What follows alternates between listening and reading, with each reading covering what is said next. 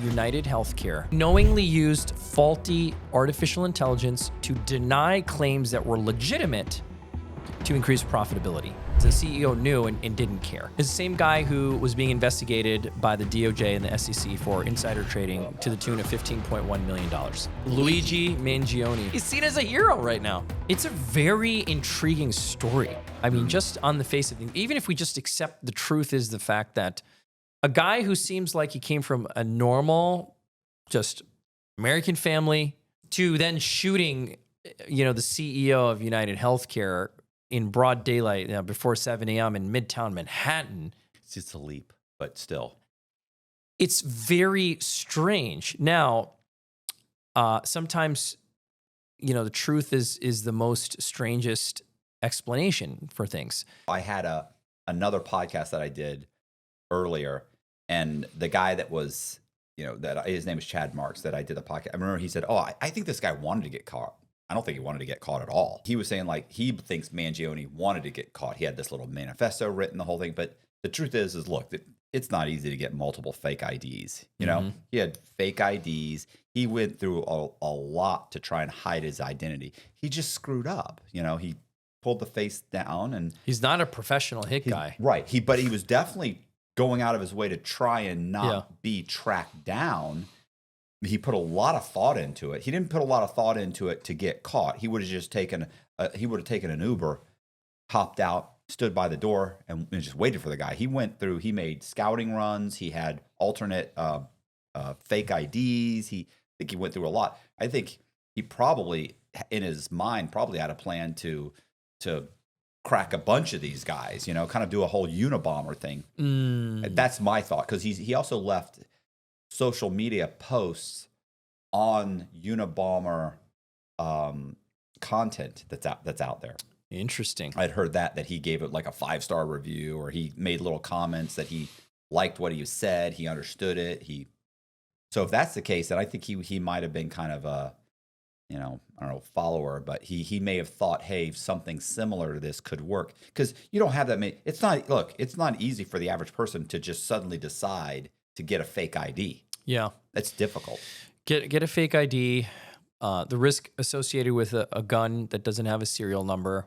Yeah. The ghost guns. Travel. Yeah. Travel and stay at a place using the fake ID, thinking they're not going to check and find out.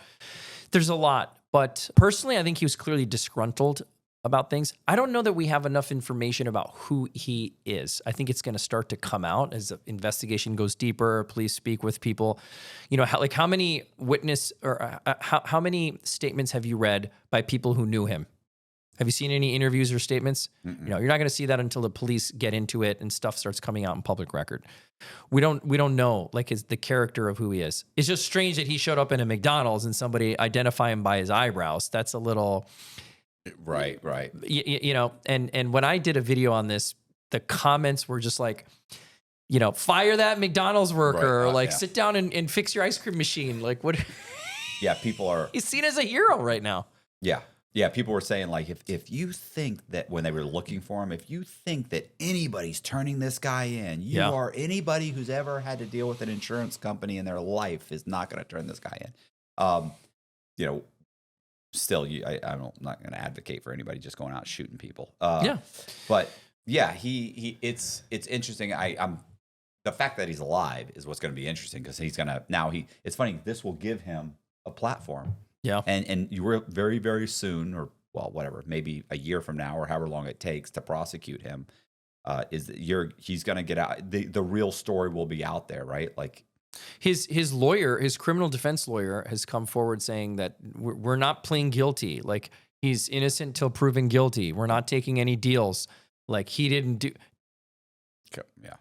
So there's more to the story. Most cases are circumstantial. The circumstantial evidence right now is overwhelming. Yeah. Yeah.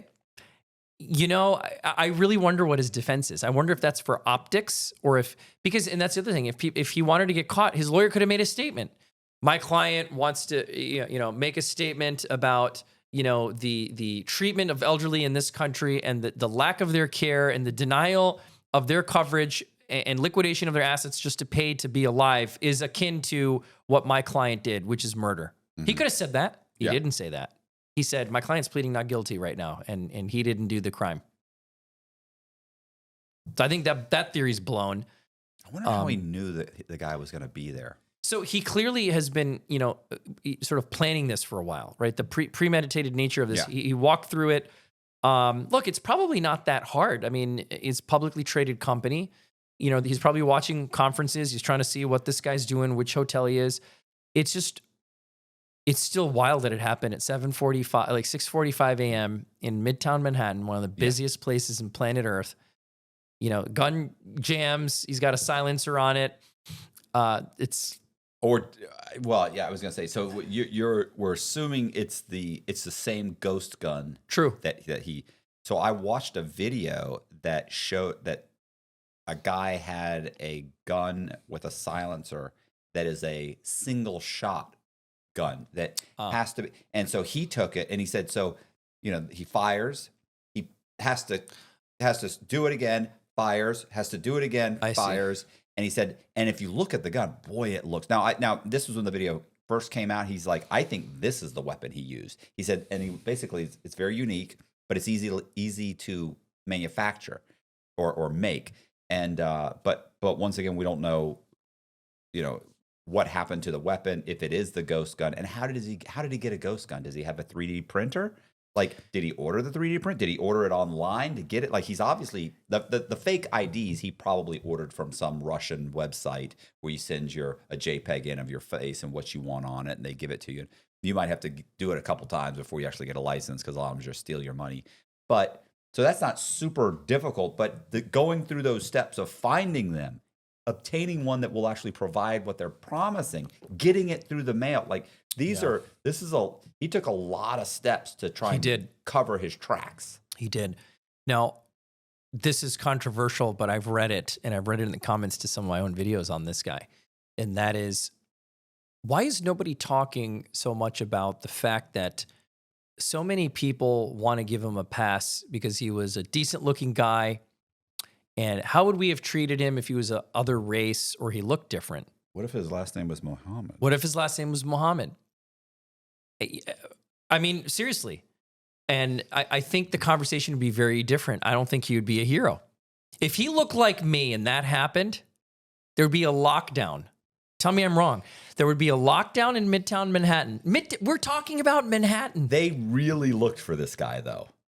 You know what I'm saying? You can't say that they didn't pull out all the stops. I'm not saying they didn't try. You know what would have been different?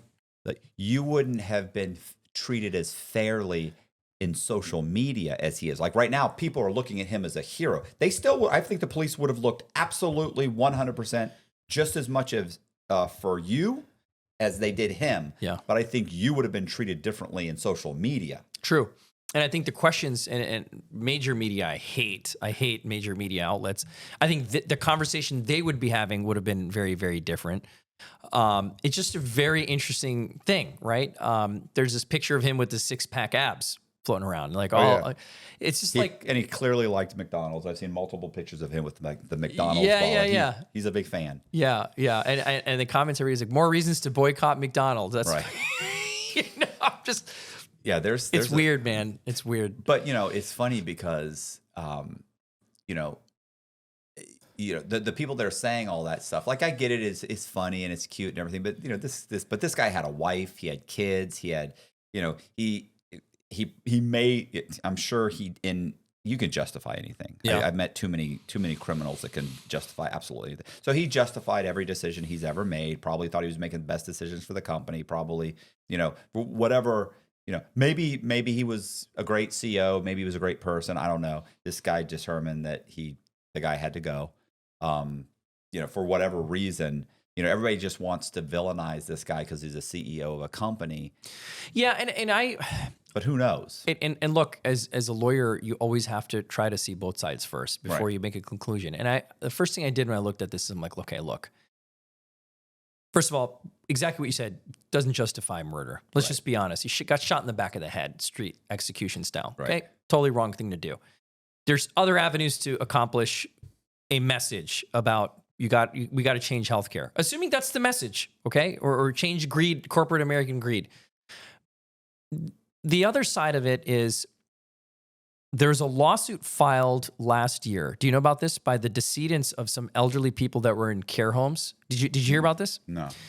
So I was doing some research on this, and a family sued United Healthcare November of last year, arguing that the company knowingly used artificial intelligence that was faulty. Okay. That's where this comes out of. It comes out of litigation, separate litigation, that they knowingly used faulty artificial intelligence to deny claims that were legitimate to increase profitability.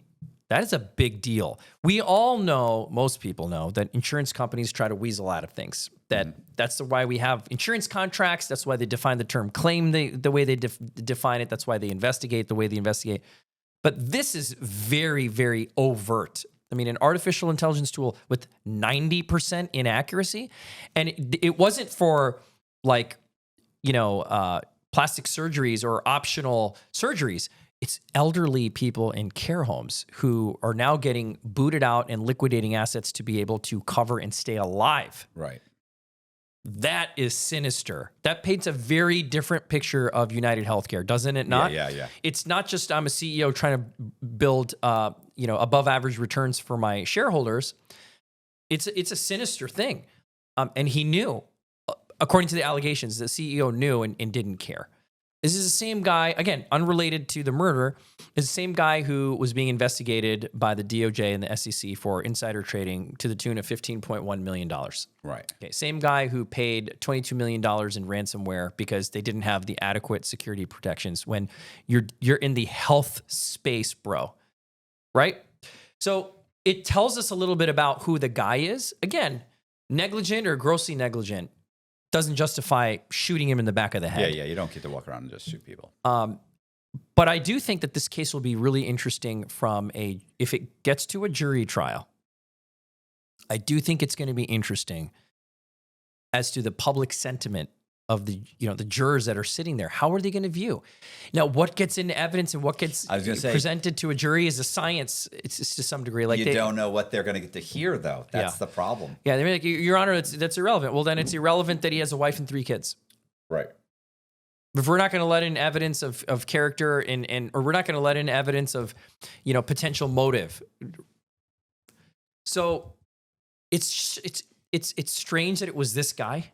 I do think it's strange. I don't know if he was a rich, spoiled kid with a little bit of psychopathic tendencies. I think some research into his history will come out. Maybe he had ex-girlfriends that he beat up or boyfriend. Who knows? Maybe he was killing kittens with hammers, as a kid. Who knows? He may have been a little psycho the whole... Yeah. Don't mess with the cats, right? Have you seen that Netflix? Yes. Yeah, that guy. That was great too. Boy, those sleuths, man, they tracked that dude 100%. That was amazing. 100%. So something will come out of it. I think one, I hate to say good thing, but something that had a repercussion is now people are paying attention to health insurance company operations and the optics of denying claims and what that looks like, which at least we could turn a negative into a positive, hopefully. Well, the industry of protecting CEOs of major companies is definitely going to shoot up. Like, people are going to be hired. A lot more people are going to be hired. A lot more 24-hour security. A lot more, and they're going to bill that to the insured, of course.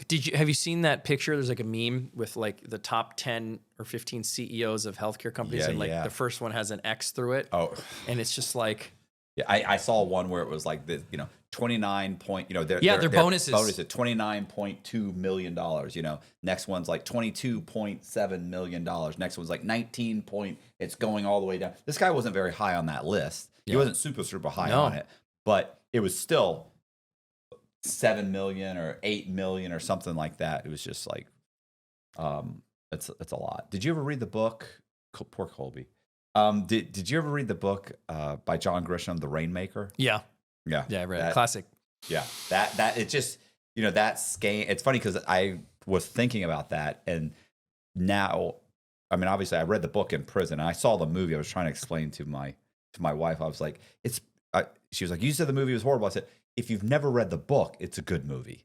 You know, I don't know if you saw the movie or not. I've seen the movie. Yeah. Well, I read the book. So you see the movies and you always walk away just disappointed, right? Because they can't do 10 hours of screen time. Correct. To make it the equivalent of what the book was. But it was the same thing with the Runaway Jury. Like there's so many of his books that have been turned into movies that if John Grisham was a lawyer. Yeah, I know. Right. And he wrote A Time to Kill on the subway. Was it on the subway? You might be right. He actually published A Time to Kill. It did horrible. Then he published The Firm. It became a bestseller. Then he did like The Pelican Brief. Then they republished. That's right. A Time to Kill, and it became a bestseller. It's like, okay, well, it didn't change. I didn't change one word of it. It's marketing. It is marketing. One of my law professors practiced law with John Grisham way back in the day. He said he was not a good lawyer. Really? He was a good writer, right? But he was not a good lawyer. And it's probably why he gravitated towards being obsessed with these stories and writing them.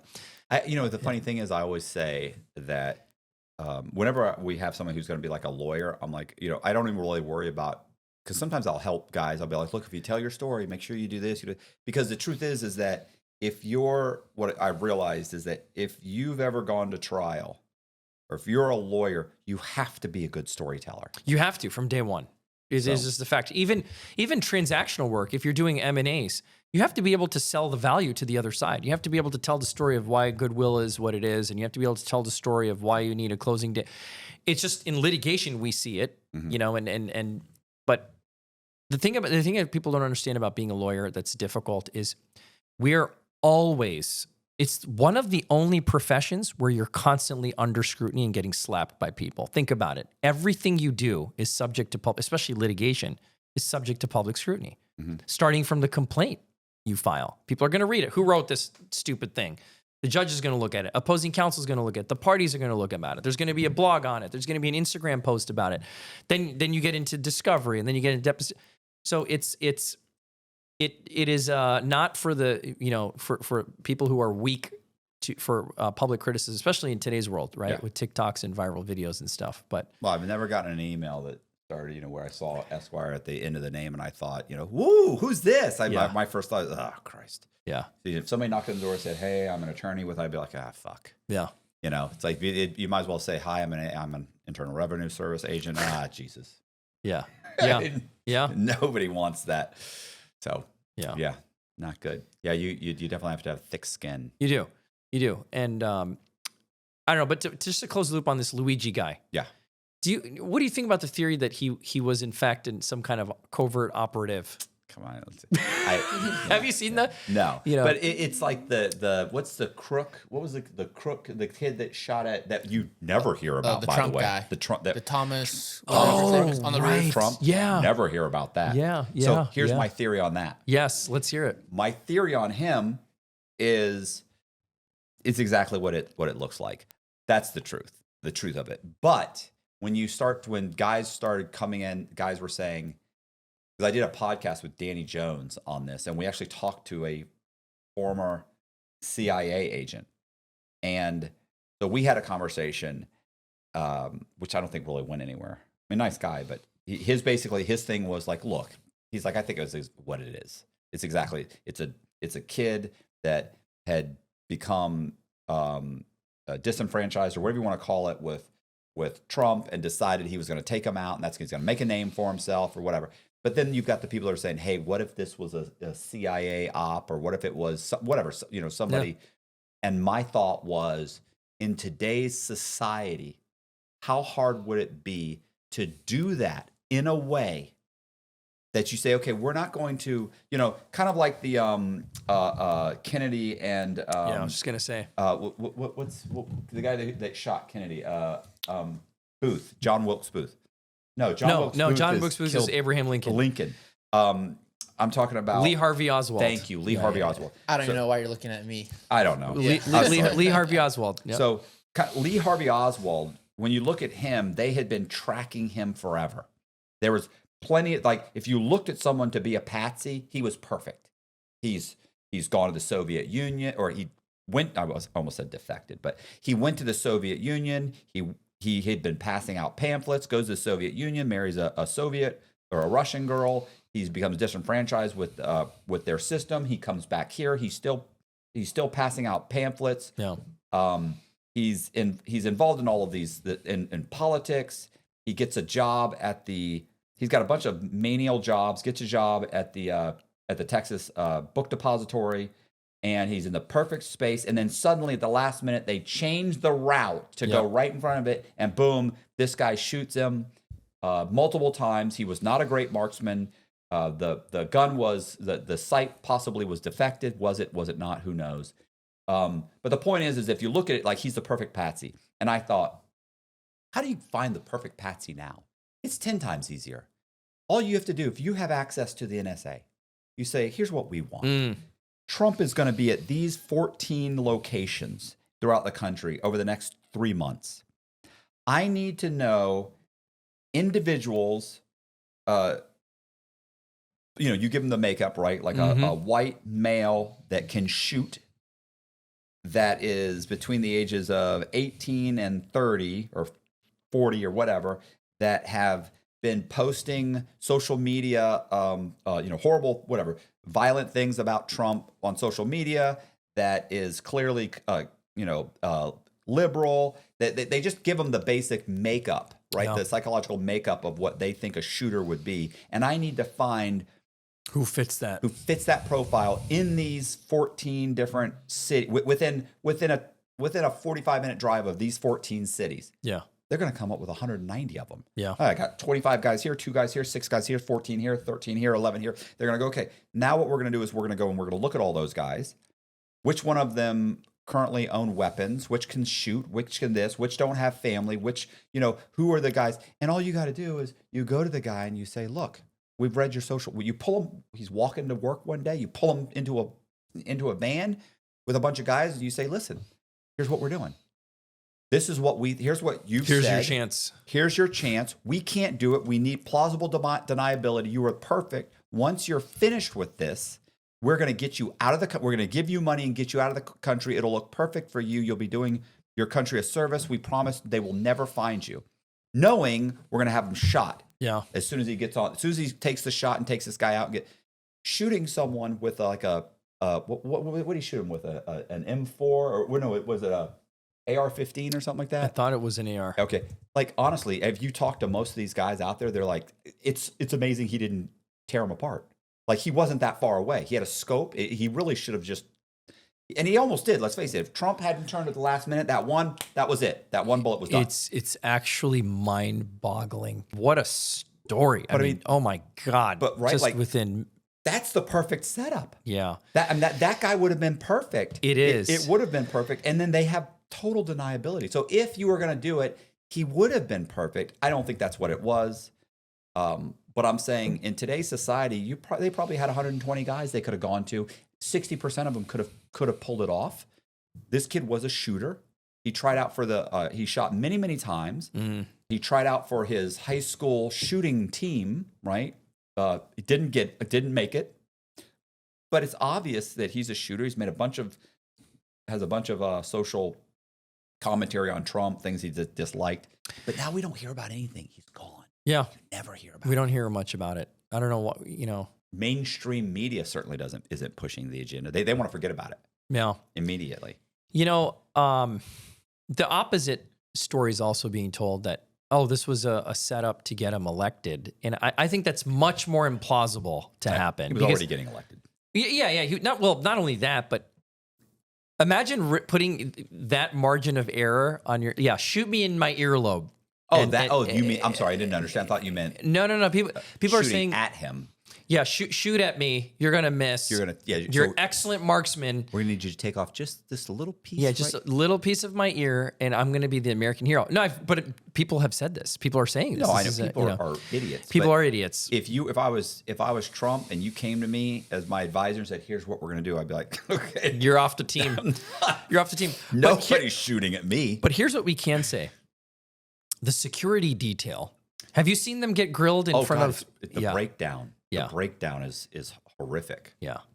There have been. Have you seen some of the representatives grill like the leaders of the the security detail and everything about basically some of these guys are a little more extreme, but I forgot which representative it was. Are you talking about the woman that was a head of the Secret Service? No, it was a guy who was responding to this senator or congressman. My God. But it was almost like you wanted this to happen. That was the narrative he was speaking. And the guy was just like, they were yelling at each other. It got to a point where they were yelling at each other. But that one that you're talking about was also, I mean, look, this was a big failure. It really made our country look bad. I mean, look bad. I've seen two presidents, sitting presidents speak before, at ASU campus, because I just happened to be on campus and they were there. So when I graduated in 2009 from Sandra Day O'Connor College of Law, Barack Obama actually spoke on campus for they have the main ASU graduation, and he spoke. You should have seen the detail. It was crazy. The snipers, the helicopters. Bill Clinton spoke for the Obama campaign, also on campus in a much bigger lawn, okay, which was not at a graduation. It was just open, basically. The security is crazy. You felt it. You felt like, keep your hands down. Don't even scratch your ear. You're going to get shot if you do anything. You felt that. So I'm just thinking, how does this get missed? It's a question that's been bothering me for a long time. Is how does something like this really get missed? Well, especially that people were calling in. They're reporting them. People were reporting. Been told. People were watching it. There's video of it now of like we see this guy. They're telling the locals and the Secret Service, this is what's going on. And they're like, oh, we went over there, we couldn't find anybody. What do you mean you couldn't find anybody? There's a guy in the thing. Other people, we think he went up here. Like, why is Trump taking the podium? People are telling there's a guy on the roof with a gun. He should have been immediately should have been pulled out. Oh, it was a breakdown in communication. I don't. That I think is maybe less conspiracy theory. The fact that was communication not deliberately handled in the way it should have been, or was it pure negligence? And it's just they're just I'm certainly not going to sit here and say that law enforcement or the justice system is ineffective. Yeah. So, but yeah, I mean, I can see a breakdown. I can see them being ineffective. It just seems so over. If you listen to all the like I watched a video on it, which means I'm an expert. That's right. Yeah, that's right. You watched a couple TikToks. I watched a 15-minute video and everything. But there were so many different people. Well, not people, but instances where there were multiple people being told this is what's going on, and the officers are wandering around and watching and they're climbing up and falling down ladders and this and that, and yet nobody at any point said, I'm thinking maybe we shouldn't let this dude step on the podium. I feel like a random fire department in a small town would have handled that situation better. Right. I really feel like first responders would have handled something like that better. Yeah. It would have taken if you could have delayed Trump getting on there all of 5 minutes and let's get to the bottom of this. Yeah. And why isn't anybody on the roof? Yeah. It still boggles my mind. Securing the premises. It's a clear, had this never happened, it still would have been like, why didn't we have anybody on that roof, guys? Well, why didn't we secure that? You heard what she said, what the head of the Secret Service said. What did she say? She said it was determined that it was the pitch was too steep and it would be unsafe. Yet where the snipers was almost, it was like a 30%. The grade was probably 15% on that roof where the shooter was, but the grade was about 25%. It's a bigger gradient. Yeah. Yeah, exactly. Where the snipers were. So are you ineffective? Are you an idiot, or are you just lying to Congress? I honestly think you're probably just an idiot, to be honest. Like you should not have had that job. Yeah. You really didn't. That I think everybody could agree with. Right. That everyone could agree with. And the fact that they didn't have the budget. They kept, they don't have there's like, oh, well, we only had so much. We could only do so much. We could only,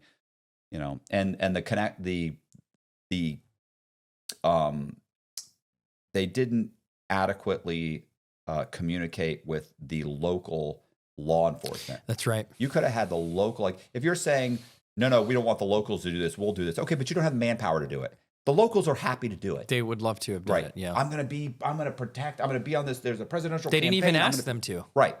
They told them they didn't want them. They were saying, we're going to do that. No, we don't want you there. You don't want our sniper guys there? Why? It's crazy. It's crazy to me. What do you think would have happened had he hit? Like, what do you think the repercussions would have been? Oh my God. I think that we would be looking at civil unrest. You know, we saw the march into the Capitol once. Right. This would be part 2. By the way, the guy with the horns is from like Phoenix or something. He's like from Arizona. He was locked up with Perry Rossini. My buddy Rossini was in the unit with him. Get out of here. Did he wear the horns and paint his face? No. So he when he got there, he said, this idiot. He said, my buddy Pete is just like, he's like, this guy with the horns. He said when he got there, now my buddy Pete was in a unit in Coleman, the prison I was in the low security prison. There's 3 buildings, 12 units. Well, one of the units is the military unit. So if you have military experience, or if you'd been in the military, that's the unit they typically send you to. Oh. So you get special, it's not really you get special privileges, but it's quieter, it's cleaner, and there's fewer guys. They're all 2-man cells instead of 3-man cells. So you get a little bit better existence, right? Like I would have loved to have been in that unit. But he said and so most of them are older guys that have been in the military. They're more disciplined. It's much, much more quiet. So when this guy gets there, he said, these guys, you can't believe they treated him like he was a celebrity. Like they loved him. Get out of here. Pete said he had like $150,000 in a GoFundMe account for his legal fee. Never asked. Somebody set it up. It was in there, like notified him, hey, we're raising money for you right now. Writing him letters. He's like, what's this? That's Luigi. That's what's going to happen with that guy. Oh, yeah. He'll have. Well, the Unabomber literally had a fan base up until the day he died. It was a massive fan base. He's writing letters. They have a website. They post his stuff on it. He had social media that these guys ran for him, everything. Menendez brothers had chicks writing them letters and stuff too. Like, he's so handsome. We love you. You're innocent. And I'm like, this guy's a murderer. You're not innocent. Yeah, you're not innocent. He said you're not innocent. The question is just motive. You killed your parents. There's no question about that. Which, by the way, I do think they're going to get out in 2025. Really? I think they will. Did you watch? I watched both. I watched The Monsters, which was a dramatization, and then I watched the documentary, which I thought could have been done better, but was definitely better than a show called Monsters. Yeah. Which directly portrayed them as that. And I'll say this. This is why our justice system in America can really, really, really, really go back to the nuts and bolts of what is fair. When you have, we have a polar system, right? We have prosecutors that are hell-bent on getting a charge. We have defense lawyers who are hell-bent on getting a dismissals. The idea is both voraciously, what's the word? Viciously? Vicious. No, there's another word that voraciously. Voraciously. I don't know. They're both basically fighting tooth and nail. That's how we're going to say that. Right. It's an adversarial system. It's an adversarial system with rules of engagement, with ethics to the T, where everyone has access to the same information. That's the theoretical world in which cases are fought, criminal cases, and the burden is beyond a reasonable doubt, which is a high burden. The defense just has to show one thing. Something doesn't make sense. One juror is going to scratch their head, and that happened, right? But it happened the first time. It didn't happen the second time. Oh, because the judge completely stacked the deck in he the gutted government's favor. the evidence. Yeah. Let's be honest. And so, I wonder what would have happened. Would it have been an absolute, dismissal? Would it have been a lesser charge? Would it have been manslaughter, first degree? What we do know is that there was evidence not considered. Now, all in all, they've done, how long have they been in prison for now? 35 years? Yeah, they went in as, they weren't even in their 20s, right? Yeah, one guy was 18? Yeah, one guy's 19 and 21, and when it happened, they were like 18 and 20 or something. Yeah. Like Now let's... Or 20, 22, whatever. Yeah. Let's say that the abuse that they suffered was plausible. We don't even have to believe all of the abuse stories, even some of it. And there was evidence of that. Yeah. Have they done their time? Yeah, look. Are they dangerous criminals? There's people that are willing to testify that say they are completely rehabilitated. They're running these programs in the prison system to help people. They're changed. Right. Let them be part of society. I don't know if I could disagree with that. Yeah, what's also interesting is if you watched the documentary, you saw did you see the part where the district attorney said about his father, she said, we couldn't find, she's like, he was clearly a deplorable human being. She goes, we couldn't find one person to say he was a decent person. Nobody he worked with, nobody he socialized with, nobody at the country club, nobody would get on the stand and say he was a good guy. Yep. His family members wouldn't say it. That's right. I mean, she said when humanity lost him, they didn't lose a patriot. You know what I'm saying? They didn't lose this amazing individual. And the mother, I get the mother being kind of, is the word caught a little bit. Yeah, I was going to say duplicit. And if there was there certainly was probably mental abuse. Yeah. Whether there was the physical abuse that they had said had happened in this abuse, I don't know. The maid or whatever she was, the woman that had said that Eric had come downstairs and told her what her father had done, and the mother swept it under the rug. If that's true, look, even if it's not true, it's been 35 years. Yeah. It's a long time. Yeah. It's enough already. I think that's more than a fair sentence. I think the prosecution, the DA's office is going to put on their show saying that we've looked at this and maybe it is, Your Honor, time for them to come out. They were very tight-lipped about it in their public statements recently that came out. But there's going to be a hearing soon. I think it's coming up in a few days. And I personally, I think the judge might say, you know what? Have a happy new year, outside with some freedom now. Yeah, it wouldn't be. Look, it's 35 years, bro. There's plenty of people that have done far worse. Yeah. That have done a lot less time. Like Jay-Z. Right. No, I'm kidding. No. Yeah, I would be curious on your thoughts on some of that stuff. Look, let me say this. Tony Busby. I should say, I love his music. I mean, look, Tony Busby is being painted as this basically ambulance chasing, just publicity stunt. Right. Okay.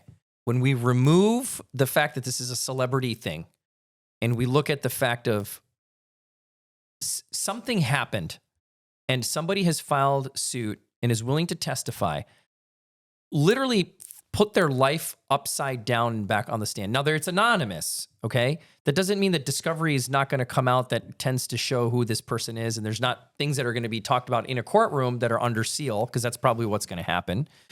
My point is, somebody's making some claims, and they have some factual accuracies to them. Like, who was with Jay-Z and P. Diddy the night of these awards and took this 13-year-old who at the time who was 13, right? Mm-hmm. Who's now alleging that this person is Jay-Z, is describing what happened in that room.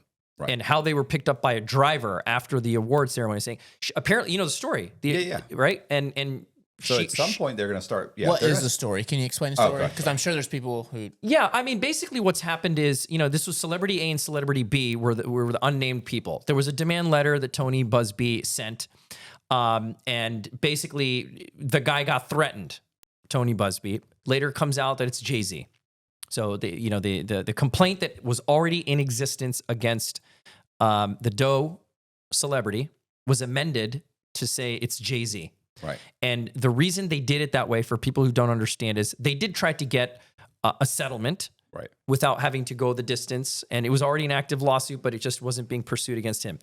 That's not uncommon. I mean, this is getting painted as saying, "Oh, this is weird," and it's not uncommon. Okay, it's if you believe in your client and your client was injured, whether it was through an assault or whatever, it's not an uncommon strategy. Okay, point blank.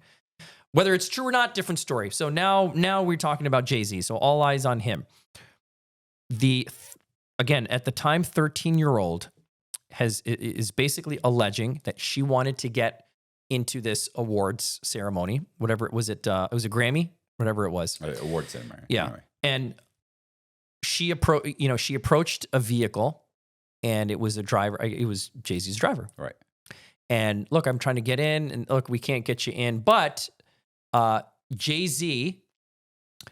And I don't know if P. Diddy's name was mentioned at the time, but you fit the bill of people that we may want to talk to afterwards and come to this get together, come to this party.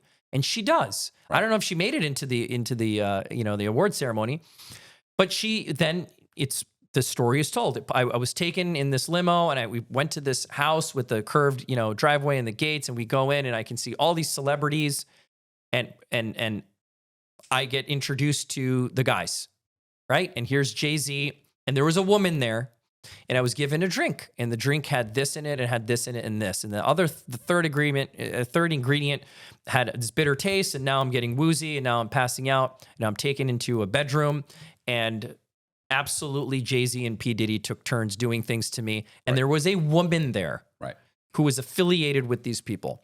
And if you look at who the possible women were at that time, P. Diddy was dating J-Lo, or married or whatever, and Beyonce was the wing girl, if you will, for Jay-Z.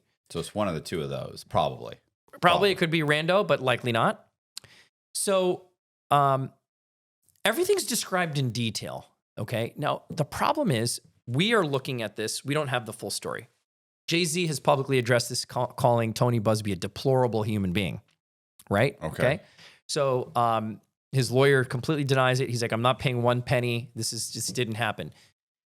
The number of times where people have said that who have actually done things. Yeah, well, isn't that what Diddy said? That with He the Cassie denied with Cassie.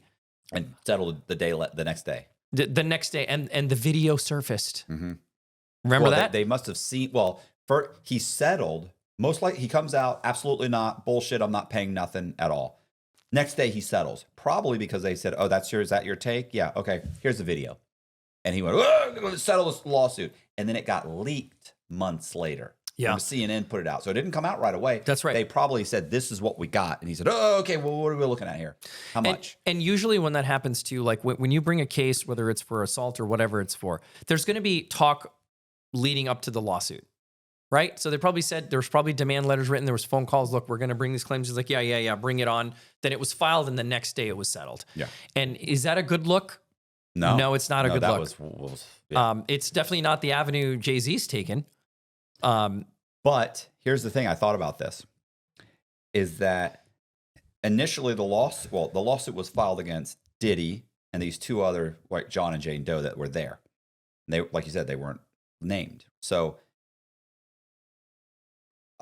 when they contacted Jay-Z, if Diddy doesn't settle that lawsuit, eventually, even if Jay-Z settles it, during discovery with Jay-Z, his name's going to come out. 100%. So probably with his lawyer, if he said, look, if I give these guys $500,000 to keep me out of it, it still make headlines. Am I still going to end up in, he probably said, look, yeah, you could give him $500,000. You can give him $10 million. Bottom line is, at some point, if Diddy doesn't settle this lawsuit, your name is going to come out.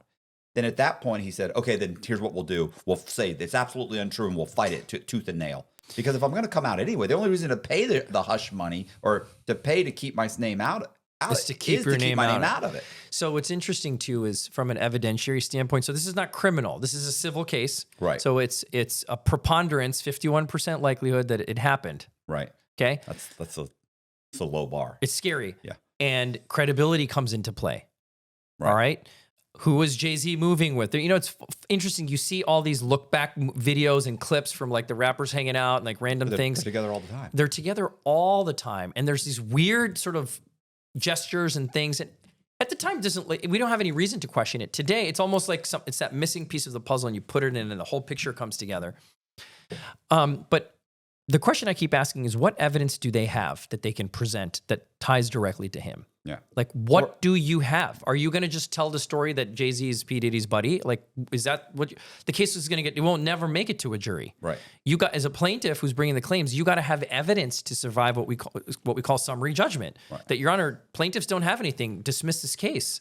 Yeah, so, we can't even, Your Honor, they can't even prove that this girl was ever within 10 miles of this hotel or of either one of these individuals. Like, she's got to have something. Where were her parents?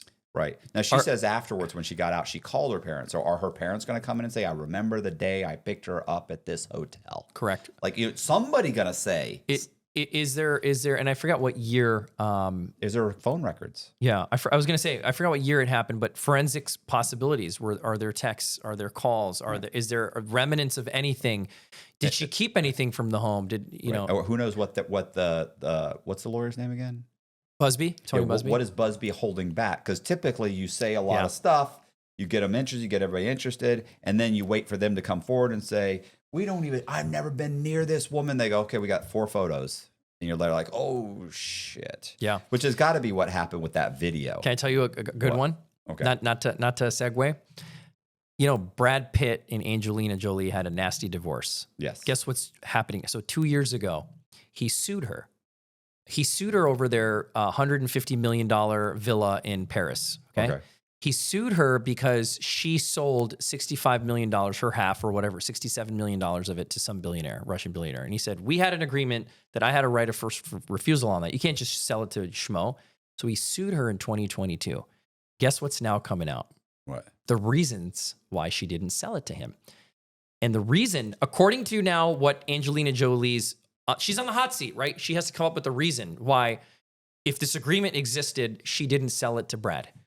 And what's coming out now, just now, is that she didn't sell it to him because she actually offered it to Brad, but Brad stuck her with an NDA, a draconian one, that said, you're not going to talk about my abuse and the time I assaulted you and assaulted the kids, including choking them on a plane. You're not going to talk about anything. If you do that, then I'll buy it. That's extortion.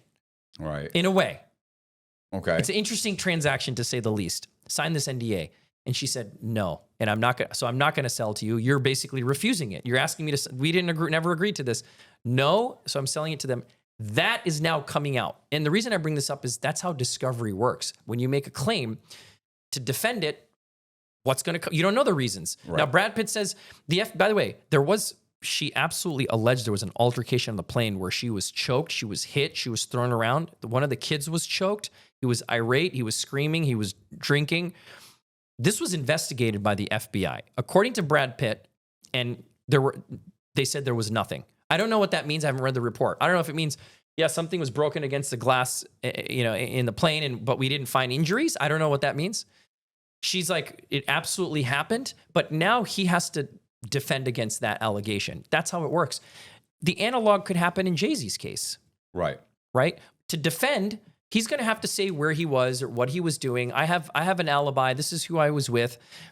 Is he going to say, I never did these parties with P. Diddy? No, because there's too many photos. There's too many pictures. Right. They're always together. Is the chauffeur going to come forward and say, yep, I did take the girl. I did put her here. I do remember her going in. Was her GPS in the car? Like, what? I mean, everything's going to come out. What brand of cigarettes were being smoked at the time is going to come out. Where are the phone records? Were there any emails that were sent after this with an attorney to say, look, this chick took off. We're a little bit concerned. Photographs. What's interesting about the government's case against Diddy, remember the first thing they seized? It was forensics. It was devices. Mm-hmm. They had dozens and dozens of phones and hard drives, computers, laptops. What do you think was on there? We don't know. The public doesn't know the full picture yet. Right. Yeah, I was going to say, it's like, so there's a book that came out, which is Kim Porter's memoir. Yep. I don't know if you know, I've done a bunch of stuff on that. Yep. Now, here's the interesting thing about this is that the government hasn't stated that they have any videos. Like, we got all this stuff, we got videos, but they've never really stated what's on these videos. Yeah. But that book, when that book came out, prior to the book coming out, the guy that I think wrote the book said he got it from the hard drive from somebody that was close friends with Kim Porter, which is it's Kamora Simmons. Now, I don't think that's true, but the point is that prior to that, he contacted this guy, Chris Todd, and told Chris Todd he had hard drives that had these tapes on it. Chris Todd then went and shopped those tapes to try and sell them. And just after that, so then Diddy ends up, this was Diddy had gotten raided. He starts shopping these tapes. Diddy gets arrested. and it comes out that these tapes are out there floating around, and there's someone out there willing to sell them for to the highest bidder. Mm-hmm. Ultimately, what happens is those flash drives. The guy that I think wrote the book and started this whole bullshit thing, he says he destroyed them. He destroyed them. That's what he ends up telling the grand jury. I destroyed them. That's after he came on my program and said he had watched them. And then I told him, look, you should hand those over. You're in possession of, CP, and you could go to jail for that. And he then destroys. Then the next day he said, well, first he said the FBI came and took them. That's a lie. And then, because the FBI is not even involved in this case, then he ends up telling the grand jury, I destroyed them. I found out what they were, and I realized it, and I threw them away. Okay. The point is that while that's happening, everybody starts coming out saying that there are these tapes out there that show Diddy and multiple celebrities engaging in essays. Yeah. With these these young, with Bieber, Usher, and Will Smith's Jaded Smith. Yeah. So, but the point is that has now seeped into the social media kind of fabric, and it's become lore that it's out there and that this is true. The truth is, I think it was all made up. It was made up by a guy who was trying to sell a book, which he did sell, made a small fortune selling it till Amazon took it down. And it's all BS based on the fact that the government did take these devices. They do have video, but we don't know what's on the video. We don't know what's on the video. Right. This is my point, is discovery is critical. And this is a criminal case, so the public has a right to know. Now, if there's underage stuff on it, obviously there's some concerns with what's on there from the prosecutor's standpoint. But has the government come forward and said that? And they haven't said that. So this is my question. Like, what is really on those tapes? DOJ, if you're watching, we want to know, right? Like, they're watching your show, by the way. Yeah. They're keeping track of you. I'm sure. No, that's what this guy said. We want to know. Send us the index of what's on those files. Listen, Courtney Burgess told me, not that I think you can believe anything he says, but he says that when he went to the grand jury, they played the video of he and I's conversation. Oh, no kidding. Is this correct? Is this correct? Yeah. Is it? Because I backed him right into a corner. Of course you did. You were paid by the DOJ, right, to do that? See, that's the next thing. Cox is a plant. I saw the M3 down the street. That BMW. No. But you see what I'm saying? Like it's oh no. So I do believe that they're watching. I do believe that. Literally, it's funny. You can see, like, my video came out the following day. They issued the subpoena. Oh, interesting. I didn't. Oh, yeah. 4 days later, they serve him the subpoena. 2-3 days later, he's in front of the grand jury. They play my tape of him talking about watching the videos, being in possession, and when he's there, they say, "Where are they?" Because I got him to say he still had them. He said, "No, I got rid of them immediately. I destroyed them, threw them away." Because the truth is he can't provide them because they never existed to begin with. I'm not saying that they are not currently in possession of video. Yeah. But I think by allowing this guy to be out there and do all these media programs and knowing he's lying, because his story has changed so many times, and I don't mean slightly, it's overly. It's overt lies. It's just one completely fabricated story after another, from when he obtained them to how many, to who gave them to him, to what was on them, to him watching them, to him not watching him, everything. So I'm thinking it's undermining the government's case. Yeah. Because all Diddy's lawyer has to do is say, bring him on and say, did you have the tapes? Where are the tapes? What did you tell the grand jury? Where are the tapes? So you don't have the tapes. Well, I think that there were no tapes. I think you're the person that got everybody believing there were tapes. And I think you didn't throw them away. I don't think they ever existed. And I think this whole thing, and the government allowed this to happen, knowing you were a liar, knowing you lied. They allowed you to continue and poison the jury pool. This isn't this isn't Hillsborough County where you were in the local paper and you could pick up and move it to Pasco County and nobody's heard of it before. This is hundreds of millions of views worldwide. Everybody knows this case. Yeah. So the court has a duty to provide a fair trial. Yep. And the government has a duty, and you haven't silenced this guy yet. And that's my take. I could be wrong. I'm not a lawyer. No, this is the problem, if you will, with the criminal justice system, is particularly with celebrity. Like, so the question is, do celebrities ever get a fair shake? Some could say it goes the opposite direction. And sometimes I think it does. And sometimes I think it works against you. And I'm not saying that Diddy's innocent. Yeah. I'm saying it has to be a level playing field for both parties. For sure. That's the job of that's the job of the court system and ethical lawyers to help enable that level playing field. But it doesn't always happen. Let's go back to the beginning. Where were you born? I was born and raised in Connecticut. Okay. Small town, Bethel, Connecticut. 800 kids in my high school. My parents are immigrants from India, right? Shirt off the back type of people. My dad was a lithography engineer, right? So he made the machines or serviced the machines that made microchips, and literally came here, had a few relatives, was married to my mom, came here and built himself up, right? Had 5 kids. Came here alone? Came here alone, married with my mom. Oh, came here with your mom. Yep. Well, sometimes people will come, get established, and then send. No, this was, and you'll see this a lot with, the 60s and 70s immigrants that come from, India, Pakistan, or a lot of Asian countries is they come married, but they're super young. Like they have nothing. They're no one, and land of opportunity, right? And the exchange rate's good, and they want to send money back home. So they may not even be coming with the intent to stay. But my dad, extremely hardworking guy, even to this day, retired, he's got to be mowing lawns or sweeping or doing something. So he came for a better life for his family and to send money back home. Had 5 kids. I'm the oldest. I'm the second oldest of 5.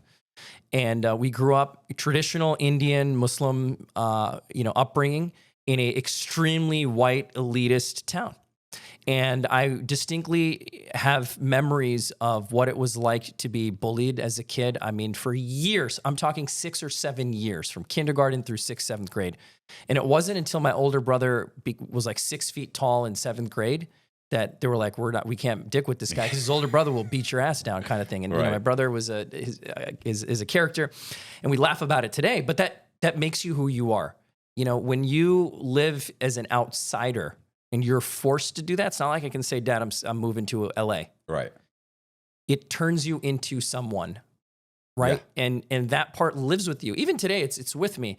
But I then fought to fit in. I'm like, maybe I want to be more white. Right. Or sometimes people go the other way. People go the other way. Their identity. Like, I'm going to make sure I now stand out. I think that's where I am. I was that too. Yeah. But I'm talking about in kindergarten, race was a thing. Like, people knew it because you were in the upper echelons in the school. Like, my dad lived next to a guy who had a PhD, who was also an Indian immigrant, and to the left, an Italian immigrant who had a huge vineyard. Like, we were nestled in with a lot of people, and we just stuck out, right? I mean, how many brown people were in my school to begin with, period, in Bethel, Connecticut? But that's an important start to who I was, because it shaped my view of the world around me. And it taught me that, Raees, if you let people get to you, you're going to lose, no matter what you're trying to achieve in life. You have to be your own person. You have to be fearless, and you have to just have a conquer mentality. And I started developing that really, really young.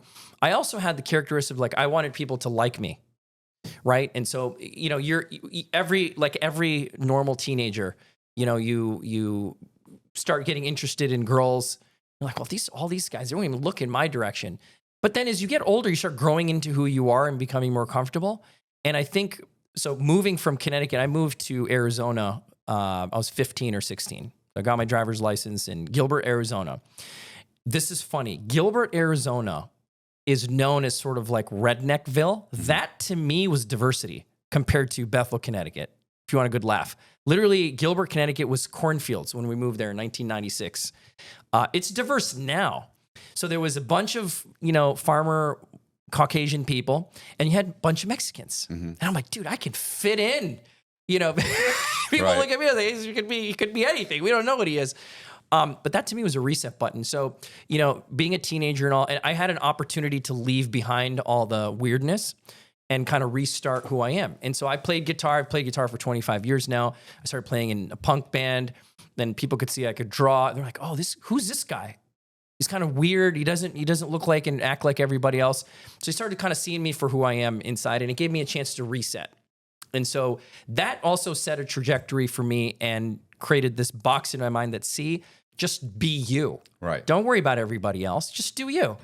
And that I think eventually shaped really what I ended up doing in my professional life. So I ended up staying in Arizona, just because things were very, very new, and I saw it as an opportunity to develop things there, right?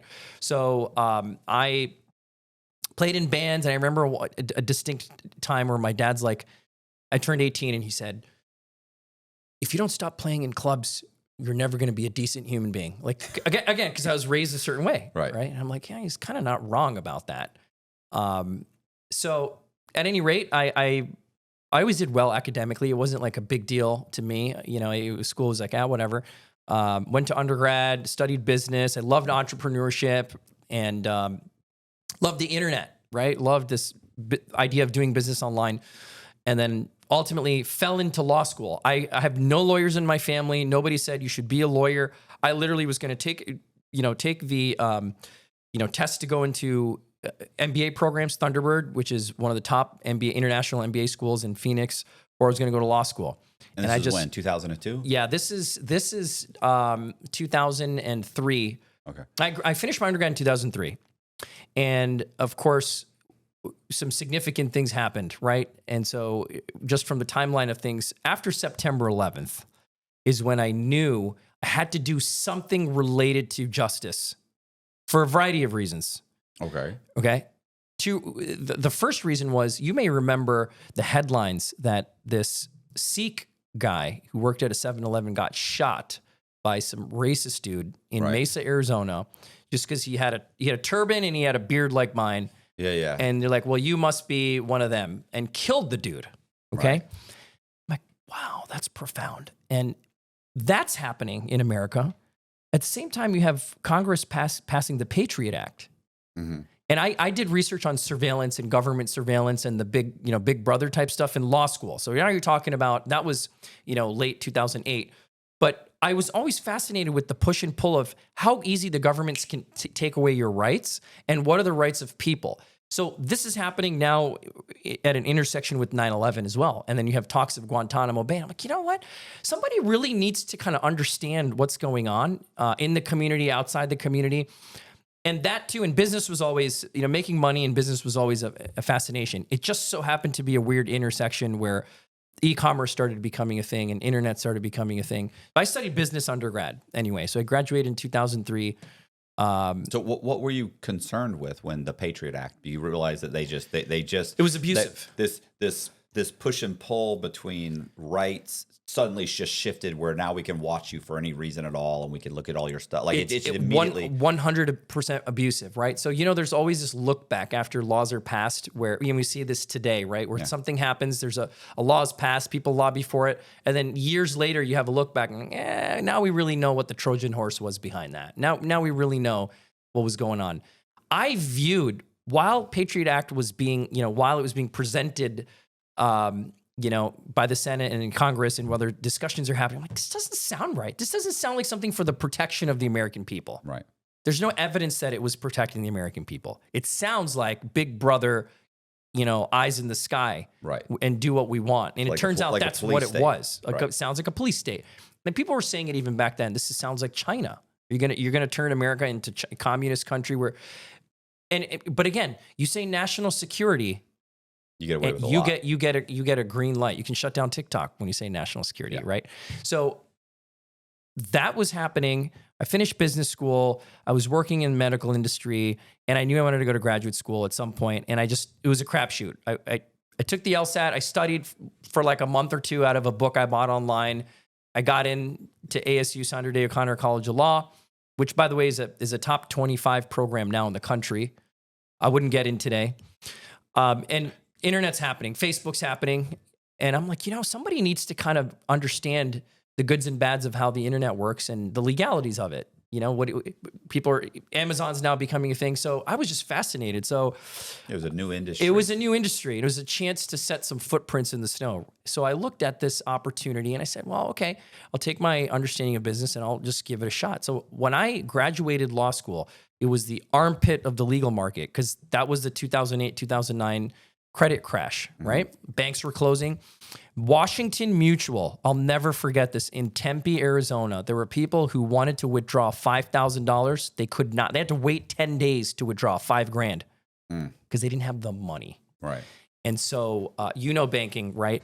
And this is what's happening. I'm graduating law school, not a good market. And I said, I'll do the smartest thing, which is I'm going to start my own law firm. Which everyone told me, 10 out of 10 people said, Raees, go work somewhere. Go do bankruptcy work. I didn't want to do bankruptcy. I didn't want to do creditors' rights. That stuff's not going to keep me up and engaged. It's going to give me some bills to pay. Like I can pay my bills with that. But so I'm the type of person that if I'm not passionate, I just can't do it with a straight face. And so, eventually I just opened my own firm when I got licensed, December 2010. And from no clients, nothing. No clients, nothing. I'd done some internships. I had, worked in some clinics that, I'm actually an adjunct at ASU Law where we have a clinic. We teach law students how to counsel early stage companies and entrepreneurs and draft documents, right? Not read case law, but actually draft. So from that program where I was a student, I learned how to do like 2 or 3 things. So those 2 or 3 things, that skill set that I had, that's what I took and then essentially provided services for early stage companies. And that grew from there. So my first year, I made the lowest job offer that I had. And that was my proof of concept. I said, look, if I can at least make close to the lowest job offer, there may be something here to continue. But I was prepared to go take a job if I had to, right? Right. And I had offers. It's not like those offers weren't there. But I just kept keeping at it.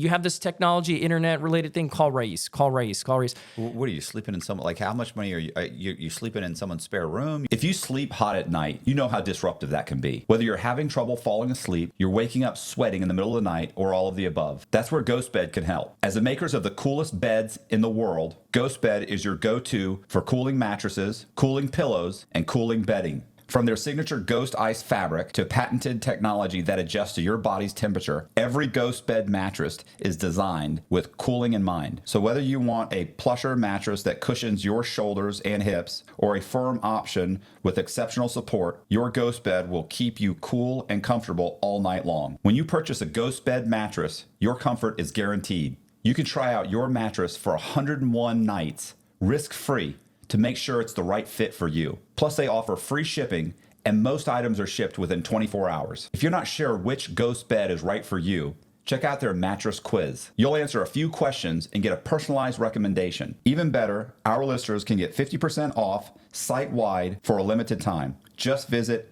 ghostbed.com/Cox and use the code COX at checkout. Again, that's ghostbed.com/Cox with the code COX at the checkout to save a whopping 50% off site-wide. No, I was living in my parents' home. Okay. My parents had a beautiful house, still have the same house when we moved to Gilbert, Arizona. So I had sort of a pad, if you will, right? Yeah. Today, there's more opportunities. You can drive Uber. If you really don't want to take a job or you're a fresh law graduate, do something, bartend, whatever. Pay the bills. And for me, it was, let me just try this. So I had like little to no overhead, eventually got an office. And then I started getting these crazy, weird cases. I'm being defamed. I'm on she'sahomewrecker.com, right? I don't know if you know these websites, the home wrecker websites. I feel like that's, what was the other one? Up All Night or Are You Up.com? Yeah, there's so many. There's ripoffreport.com. There's these things started to become something because what people figured out is eyeballs pay on the internet. Right. And so YouTube was still kind of in its infancy. YouTube started 2005? Yeah, I want to say 2005 because I got caught in 2006 and I remember, and it had been out a year and I'd never actually been on YouTube. Yeah. And I didn't really start, I had heard about it, but I don't think I'd ever been on it. So you're talking about YouTube was it 5-year lifespan at this point, 5-6 years in. And this concept of people doing videos online and there's people are doing, Google. I'm like, this is really interesting. And people started saying, that's when the invention of, I shouldn't say invention, but for purposes of the internet, say whatever you want. But if it gets eyeballs, you can get paid. Mm-hmm. And that was driving people to say whatever they wanted about whomever they wanted. Mm-hmm. And as you know, we have First Amendment, but we also have defamation laws. Mm-hmm. And they are discrete circles, if you will. So that's when I started getting these sort of cases with, I've been posted on this. Well, who knows a little bit about the internet? I don't know. Call this guy. He's new. He's a new lawyer. I have people tell me all the time, I'm not going to pay you to learn. Right. Okay. And I'm like, you're right. You're not going to. I'm going to be the hardest working guy you know, and your bills will be the cheapest bills you've ever seen. And that to me was my foot in the door, right? I had to prove myself. Right. So I got to see some crazy, crazy cases. You know, I got to do some other work that made me money and then learn this stuff. And now I'm 15 years in. Like what's one of the cases? Yeah, I mean, I know you can't say the name of the person. No, I'll give you some examples, right? So this She's a Home Wrecker was a real. It might still be around, but essentially what happens in these scenarios.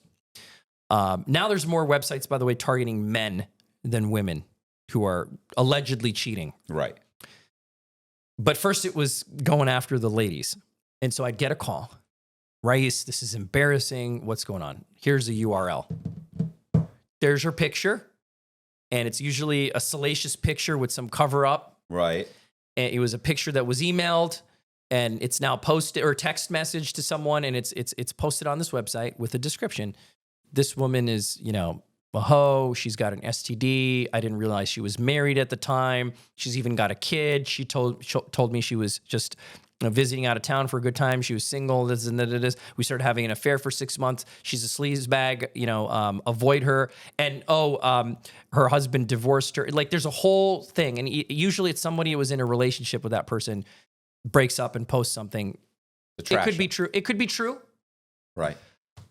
Raees, this is so embarrassing. I'm like, well, first of all, is any of this true? Did you do this stuff? Because if you did, I can't say that it's not true. We may have other angles, I started getting a lot of these. It was really weird. And I don't advertise. So, how do you get that taken down? Or is that possible? So here's the other thing. Many of these sites have what I'm going to call, and it may not be in the purest criminal world, what I'm going to call extortion. Yeah, they just want you to send me $400 and I'll take it down. Hey, you know what? We don't decide who's telling the truth or not. We're just a website. Right. But, it costs money to change stuff on our platform. So if you want this down, again, we don't care if it's true or not. It's going to be $500. Right. And so I'm like, look, their terms of service say it right there. Right. So if you want, I can email this guy or gal. And some people felt more comfortable with having a lawyer do it. Other people, look, you can't sue those platforms because of Section 230 of the Communications Decency Act. Same reason you can't sue Facebook, YouTube, Instagram, TikTok for other people's content. So everybody who comes to you, I want to sue this platform. Like, how could... No, you can't. Somebody else posted it. Right. So you could pursue that person. If it's bad enough, you could pursue that person. And that's where many, many people said, look, I have the resources. I want to sue my ex. I know who did this. And then we would file a lawsuit. We'd get IP addresses. We'd get an email. We're not as smart in the early stages of that in terms of masking their footsteps to the extent they knew. We'd file a lawsuit and their names would come up. Gotcha. Right. And now you either say, okay, do you want to settle this? Do you want to go through full-scale litigation? We get settlements all the time. People are like, sorry, I'll take it down. I'll publish an apology. But think about it. Having something devastating like that, even if you made a mistake, published to the world on private situation, that is one of the worst things that could happen to somebody. Right. Now, if it's false, it's even that much graduated into being a horrible thing. Even if it's true, though, I'm saying people mess up all the time. Right. Okay. And you don't know both sides of the story. You don't know both sides of the story. And we're in an environment today going into 2025 where a 30-second video can get 5 million views and your life could be over. Listen, a 50-second video can turn you into the Tuah girl. You can have your own podcast. I have a lot to say about this girl. Run your own, start your own crypto. She, and I did a video on that too. She said when this all first started, I didn't ask to be famous. I didn't.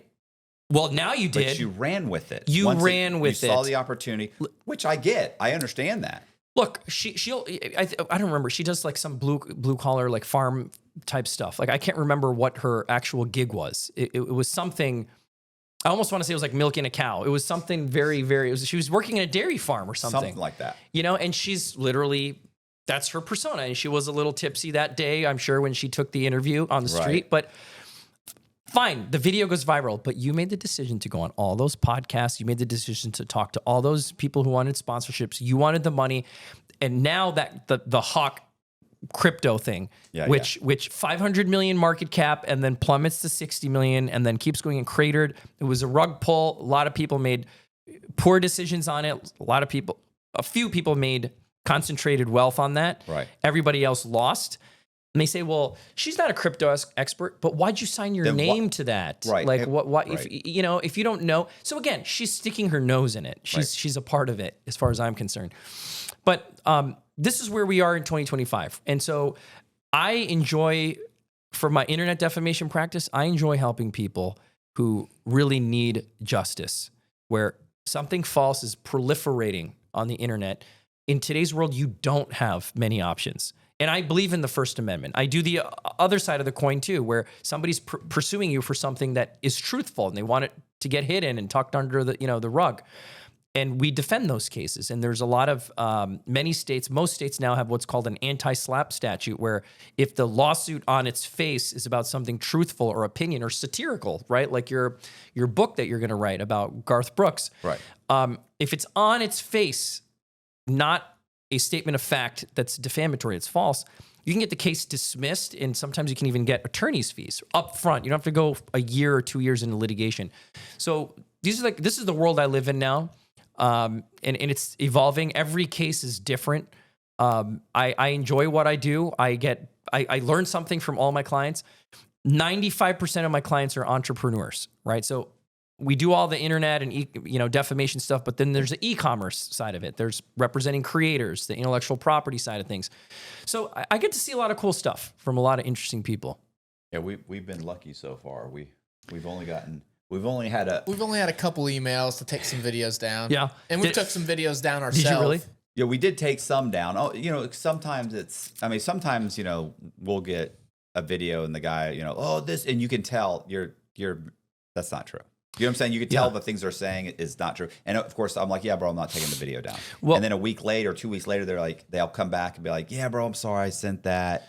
It's in the heat of the moment kind of thing. But speaking of getting to, demanding things to be taken down, what really bothered me recently at a celebrity level is Jay-Z sending the demand to Piers Morgan. You remember this? I heard about this. Maybe it's been a month ago. Demanding that he take down. It was an interview, and he showed both sides. He was not. Piers Morgan wasn't making statements about Jay-Z. Right. People were providing opinion. Right. And the irony of irony is Piers Morgan's show is called Uncensored. Right. So everybody who watches the show knows that, okay, sometimes he personally takes positions on things, but he tries to get both sides of the story. It bothered me because it's like, where does Jay-Z think that he gets, the permission to send something like that, to say, well, you're defaming me? I mean, essentially it was a cease and desist for defamation. Right. I thought that was a lame move because you are a celebrity and you were at the pinnacle of discussions of who's next, and look who's next. Right. So stuff like that is a bullying tactic. You're famous, dude. People are going to talk about you. You are a A-list celebrity. So I think it was wrong, but in other circumstances, it might make sense to demand somebody to take something down. Yeah, we've had a few letters from attorneys saying, I forget, one of them was, one guy was in a lawsuit with his company, like a COVID testing company. And then he lost. Oh, he did? The lawsuit. He was sued and he lost. And we'd done a video with him about the whole scam. Oh. And so then they come back and say, hey, by the way, this guy you had on your platform, he said all of these salacious things. We've sued him. And he lost. He lost. Take the video down. We're going to file a lawsuit against you. You know what I'm saying? Because what he said was untrue. You put it on your platform. Now, the whole thing is like, do you say, well, that's what he said? Because I didn't say anything. He's the one who said all of this. That's, and I'm just posting on my thing, on my channel. The problem is that, do you want to have them file a lawsuit? Then I have to get it. Like, how much money how much of a stand do I want to take? And do we want to have to dump $50,000 into fighting something, and in the end we get the judge says, yeah, he's allowed to keep it up, and I've blown $50,000 on a for a video that's not really adding much value. Yeah, and some of your listeners, other content creators, have probably had the same issue. I mean, at a minimum, I don't know if you engaged a lawyer to at least write a response, but even if you decided to take it down, I would have at least sent a smackdown letter back, basically saying, this is why you're wrong, and if you want to chase me, I'll get your case dismissed and I'll get my fees. Nevertheless, we don't care about this enough to keep it up. All right. Because a lot of that does happen where you're a publisher. It's not your statement, unless you made statements. If they said, Matt Cox, on your show, you said this, this, and this, you're a platform. Yeah. You're not sure what I said. Yeah. But I don't think I said anything other than this guy gave me information. I might have been like, so what are you saying? They did this or that, because I don't really know. I'm just, I'm not sure that I said, absolutely, these people are running a scam. I don't think I probably said anything. And then I've went back or taken down some videos that I'm like, maybe borderline, because I don't know personally. Like we had some videos of people just talking about their experience with Cardone, and and just so I was like, I got something to tell you about that. So that was the question I was going to bring up. We had several videos. So we had several videos. Yeah, it got to a point where we started going. How he was pushing. Can I tell you something? Yeah, go ahead. His lawyer sent me a subpoena last week. Really? Why? What's going on there? And I'm going to be professional about this. Okay. I'm going to resist my urge not to be, because I am a lawyer and I am on a show. But if you hear me talk about this in my office, it's not going to sound the same. Right. Okay. I have done a few videos on Grant Cardone because I don't like what he does. Yeah. I don't like it from a marketing standpoint. I don't like it from a business standpoint. I don't like it from a legal standpoint. I don't like it from a social standpoint, because what you're doing is you are riding profits off the backs of average Janes and Joes. You don't appeal to large institutional investors. Right. Maybe now you do. Maybe. I've read the terms. Okay. I've seen the contracts. I know. And I've heard the stories. I have personally never invested with him. I have watched many of his videos, and just answer this question. What qualifications do you have to run a real estate fund? Right. Okay. What are your qualifications to run a real estate fund? Would you give Tony Robbins $100 million to run a real estate fund? Maybe Tony Robbins has done, I just pulled that name out of a hat, but he's a big name. He talks, he's a motivational speaker sort of thing. And he's great. I saw him promoting, I don't know if it was like a testosterone replacement thing. He's a spokesperson. Right. Okay. What business do you have being, from a qualification standpoint, running an investment fund? That's the question I'm asking. It would be like Raees saying, look, my personal real estate investment have done well. I have 150% returns. Everybody starts sending me your money. Right. Are we okay with that as a society at large scale? Grant Cardone spends more money than anyone else advertising his fund. He brags about it. Mm-hmm. Now, let me get to why I got a subpoena. On my personal Instagram page, Beard Lawyer, I have videos that I've done in collaboration with a client of mine, Baller Busters, and I'm on the legal team, right? So I review documents, I look at the stuff, and I comment. It's my opinion. And I've said a few things about him, particularly a recent lawsuit where Beverly Gravina, she is the decedent to a man who invested with Grant, lost a lot of money, and his case got dismissed because he died during the lawsuit, kind of a thing. Okay. So she inherited the lawsuit. Well, it got dismissed, and now she's appealing, kind of a thing. Okay. Bottom line is, I believe, based on what I have seen, that there are merits to her accusation of fraud. Okay, whatever the accusations were in the lawsuit, I believe there's merit to it. So I did video on that. I did a video on a few other things. Grant Cardone's lawyers think, by the way, lawsuit's pending here in Florida. Okay. They think that I am in bed with John Ledger's lawyers, or John Ledger, that I'm getting paid to do this. I'm like, are you a dumbass? There's 100 million people talking about you. Right. You pick this lawyer because you're going to bully me? You picked the wrong guy, dude. Right. Like, I do this kind of stuff for a living. I can pick your case apart pretty well. I've read your pleadings. So I'm not going to tell you what my letter is going to be in response, but he did issue a subpoena for all communications and this. And they're going to get a nice professional response from me, basically saying that there's nothing. Nobody's told me to do this. I did it on my own volition. And you want to create a conspiracy theory that like there's these micro, I don't have a huge following online. Okay. It's getting there, but somebody paid me to talk smack about Grant. Is that what you think happened? Mm-hmm. You're an idiot. Right. And that's the kind of letter they're going to get. But it's interesting because that's their tactic. They're bullies. They're classic bullies. Look, there are many. He's quoted as saying, well, if there's all these victims, how come, this lawsuit got thrown out? I'm like, really? The SEC has told you in a letter that you don't have a basis to make the claims of the returns you're claiming. It's in a letter that's public record. What about that? Who's talking about that? So my point is, you could dissect some of this stuff with the scalpel when it comes to Grant Cardone. He's just very verbose. He spends a lot of money. He's a content creating machine. And a lot of people think that in 2024, but if you have a lot of views and you have a lot of likes, you must be saying something right.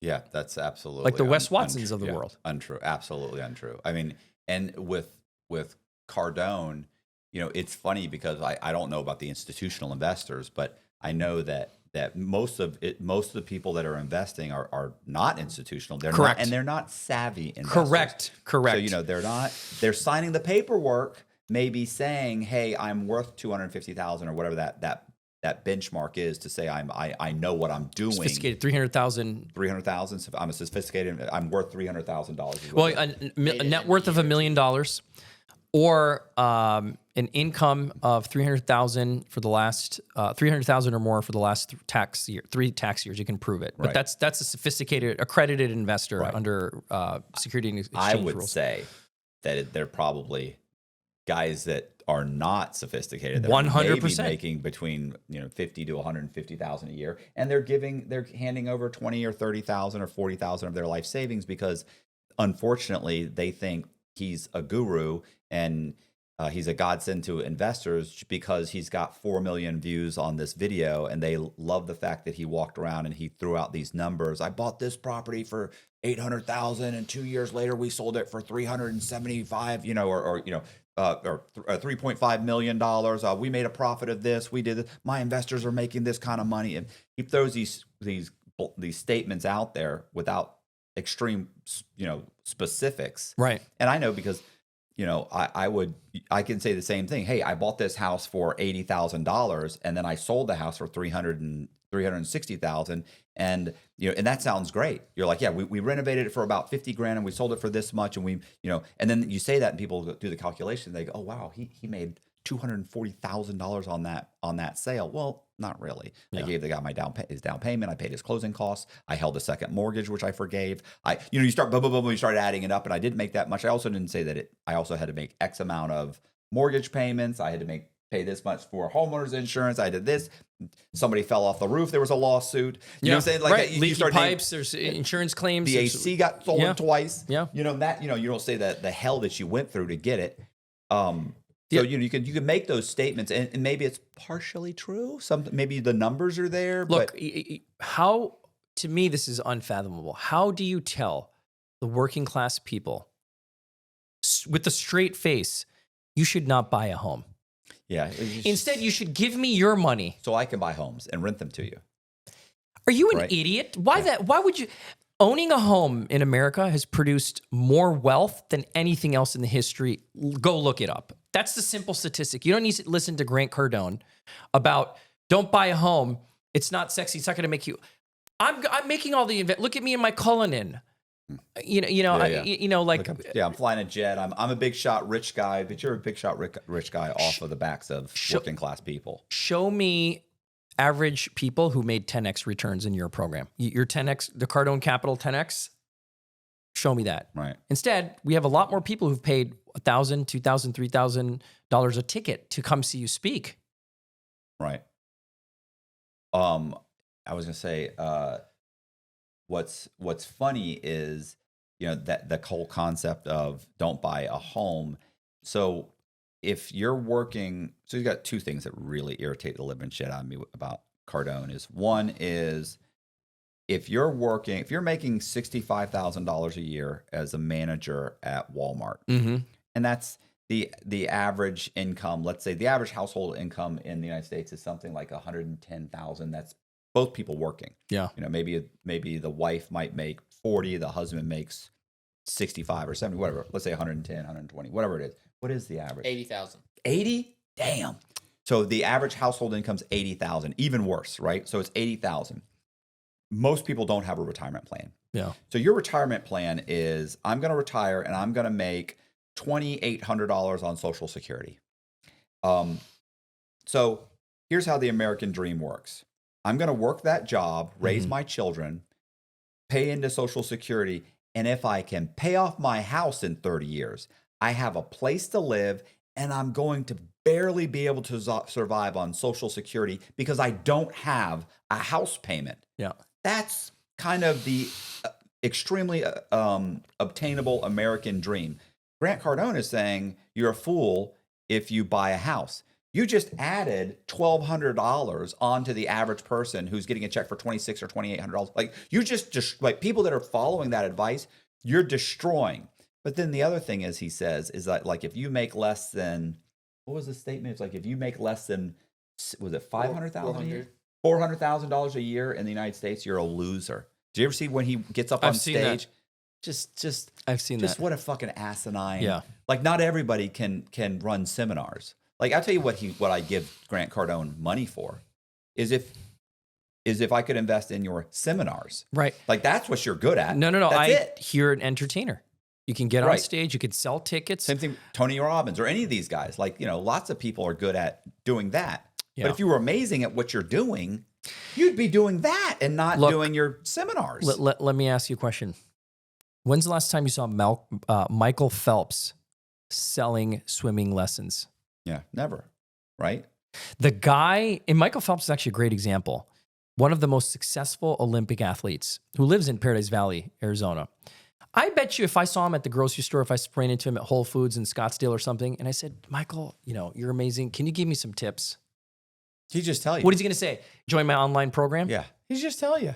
He'd just be like, okay, bro, what are you doing right now? Let's talk. What do you look like? Are you swimming? The guy, sick. He's in the pool 5 to 6 hours a day. He's swimming miles a day. He's crazy diet. Have you seen his physique? This guy is he's showing the work. He's not selling you anything. This is what he does. Mm-hmm. He's an athlete.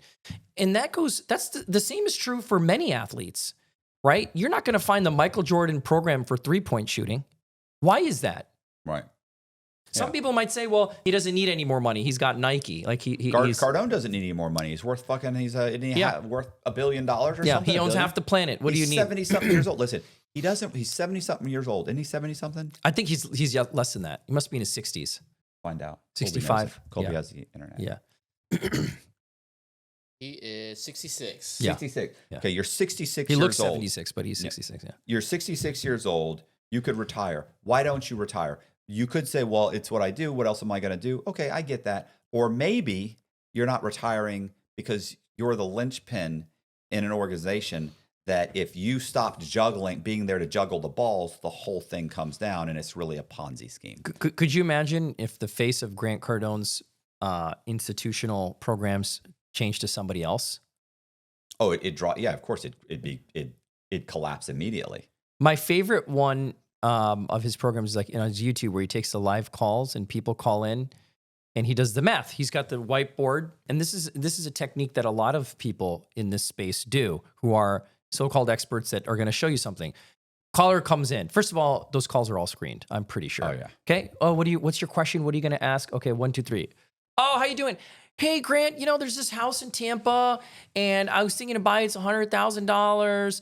Okay. Give me the ask. Okay. 20% down, and that thing will rent for 25. I would do that deal. That's a 25% return. I'm like, you're a monkey. A monkey could do that. Yeah. And the thing is, I've flipped, dozens of houses, I'm committed fraud on more than that. But I've legitimately like bought a house, renovated it, and sold it. And it takes a long time to go through the whole concept of whether it's going to make any money. And in the end, you make a few $100s per rental unit. That's on average, unless you can go in and buy things cash or something along those lines. And if he's got investors, and the investors want it's difficult to be paying the kind of returns that he's saying he's paying. Yeah. It's tough. I don't know where these properties are. Yeah. Well, you also have the idea of when you have a general fund that's distributing profits, you can afford to offset the things that don't perform well. That's the whole concept of pooling an investment or investment opportunities. You have a property, or let's say 3 properties are making 100% returns. The rest of them are making 3%. What's the blended average of that? And then you pay a portion to your investor. Right. There are a lot of programs that run like that. But it's just comical to me because this is entertainment. Mm-hmm. It's entertainment.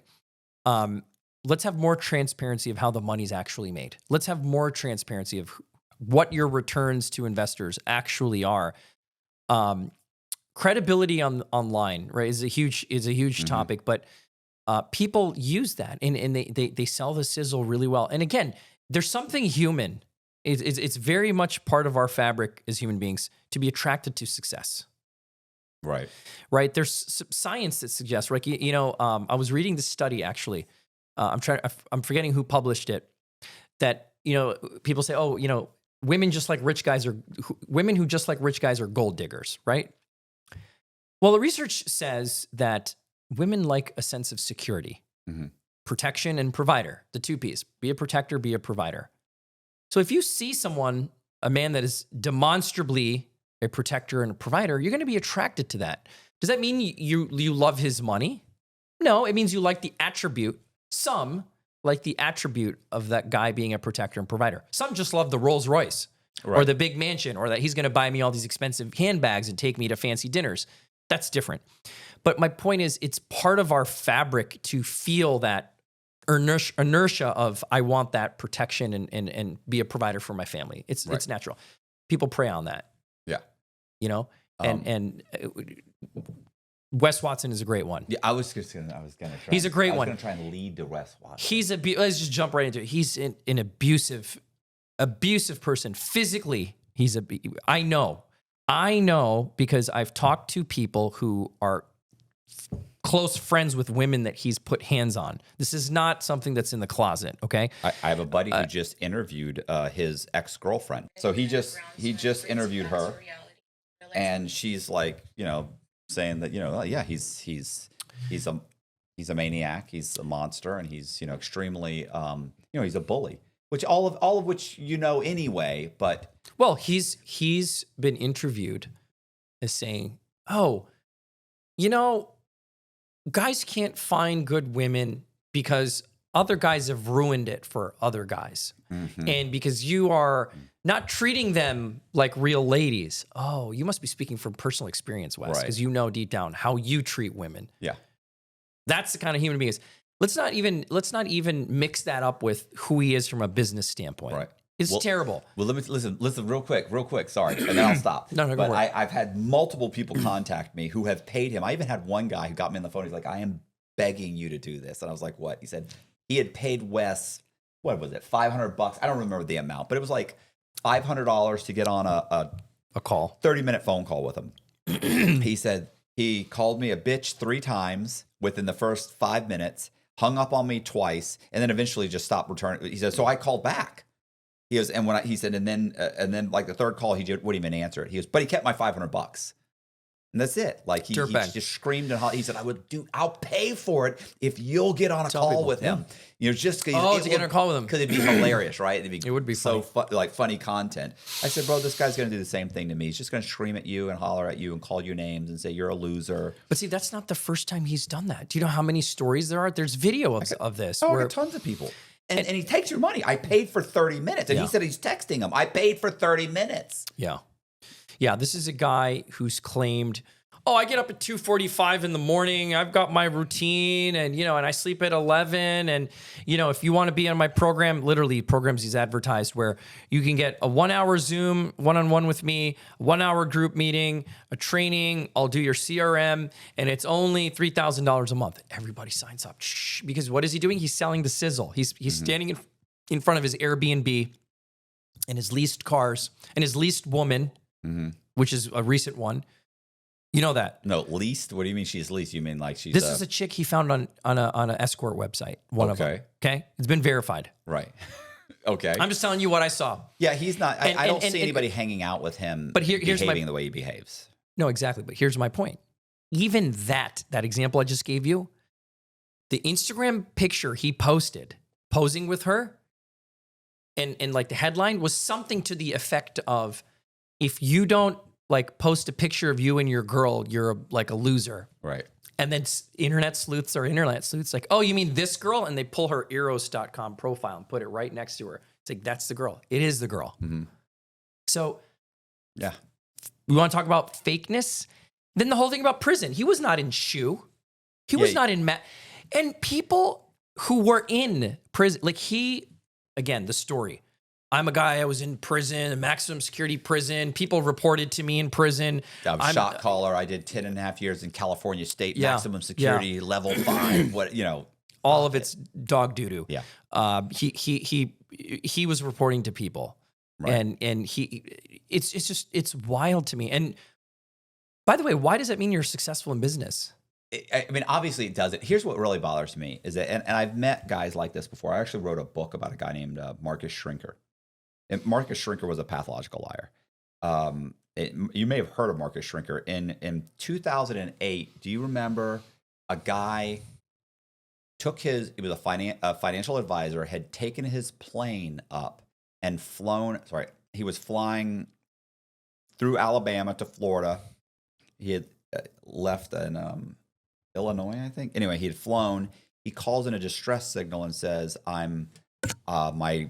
there's turbulence. My windshield is spider cracking. Oh, my windshield's imploded. I'm bleeding profusely. And then he hangs up the thing. And then the plane goes. What he did was he jumped out of the plane with a parachute. He was trying to fake his own death. And he was hoping, his calculation said the plane was going to go out over the bay and run out of fuel. But because he opened the door, it burned off too much fuel and it couldn't regain altitude. So he brought it down and it couldn't pull itself up. So it ran out of fuel and crashed a few miles before it got to the bay in a wooded area. But the thing about him is he lied all the time. Everything was bigger. He lied about being in the military. He flew jet fighters in the military. You were never in the military.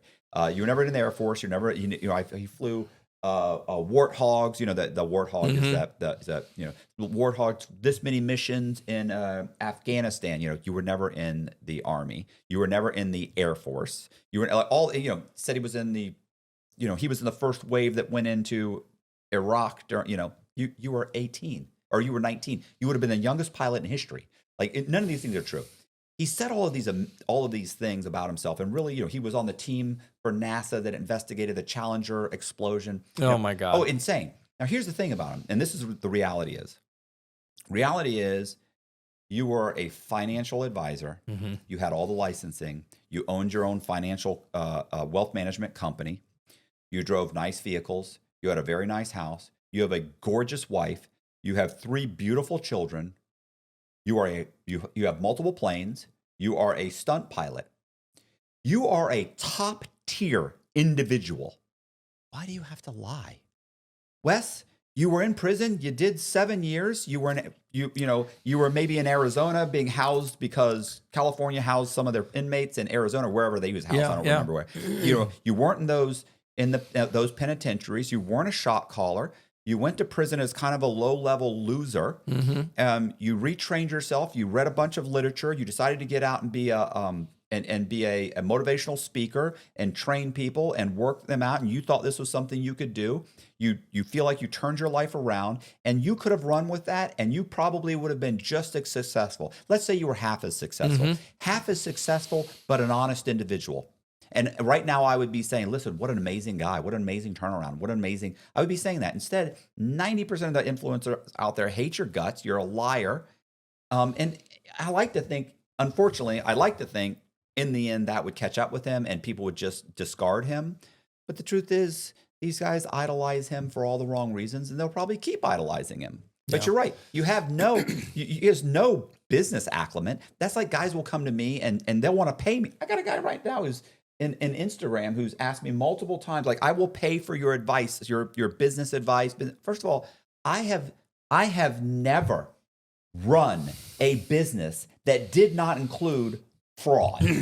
My business success has all been based on some type of a fraud. You're perfect then for these influencers. Maybe you should. I should be coaching Wes Watson. You should be coaching these guys. But guys are asking me, like, I want to start a business and talk to you about it. Why? You know what? I've owned multiple mortgage companies, multiple development companies, construction companies. I've done lots of businesses. All of them were rooted in some type of fraud. My first bit of advice to any of these guys is, do not hire someone whose only business success in life has been based on fraud. Yeah. That's just a bad decision. And if I was Wes Watson, though, I'd have these dudes lined up, taking every bit of money from them. Yep. Never give them their money back, give them some bullshit advice. And then the moment they said, yo, bro, I did everything you said, my business failed, I'd be like, well, you just fucked up. Yeah. You're just a loser. You're a loser. You didn't do it right. You didn't try hard enough. You didn't wake up at 3. You didn't yell enough. You didn't scream enough. You weren't abusive enough. You didn't work 12 hours a day. It's all your fault, not mine. I'm keeping your money. Because that's what he does. To add fuel to the fire, if you question him, right? Oh, it's abuse. Oh, it's comical. So he's a cartoon character. He's a villain. I've said that. He's a cartoon. He's literally a cartoon character. I think you watched my video on him. No, I don't think so. That's what I said. I said this guy's a cartoon character. We just think alike in that sense. Wes is one of many, right? He just has spent a lot of money to articulate a persona that seems attractive and sexy and successful, and to a large degree with a certain demographic that works. That's all they need. Look, Bernie Madoff did what he did because he was a charismatic guy with a good reputation. Mm-hmm. And you see this where it's like the symbiotic relationship with greed. It's like Venom, for the Marvel movies. It's like it gets into you and you're watching it grow and it takes over you and you can kind of pull yourself out of it. But a lot of these guys, they just live in the Venom skin. That's all they do. And people see them as heroes. And people have defended him. Mm-hmm. Saying, oh, well, yeah, he does say some great things. Everybody says some great things. Yeah.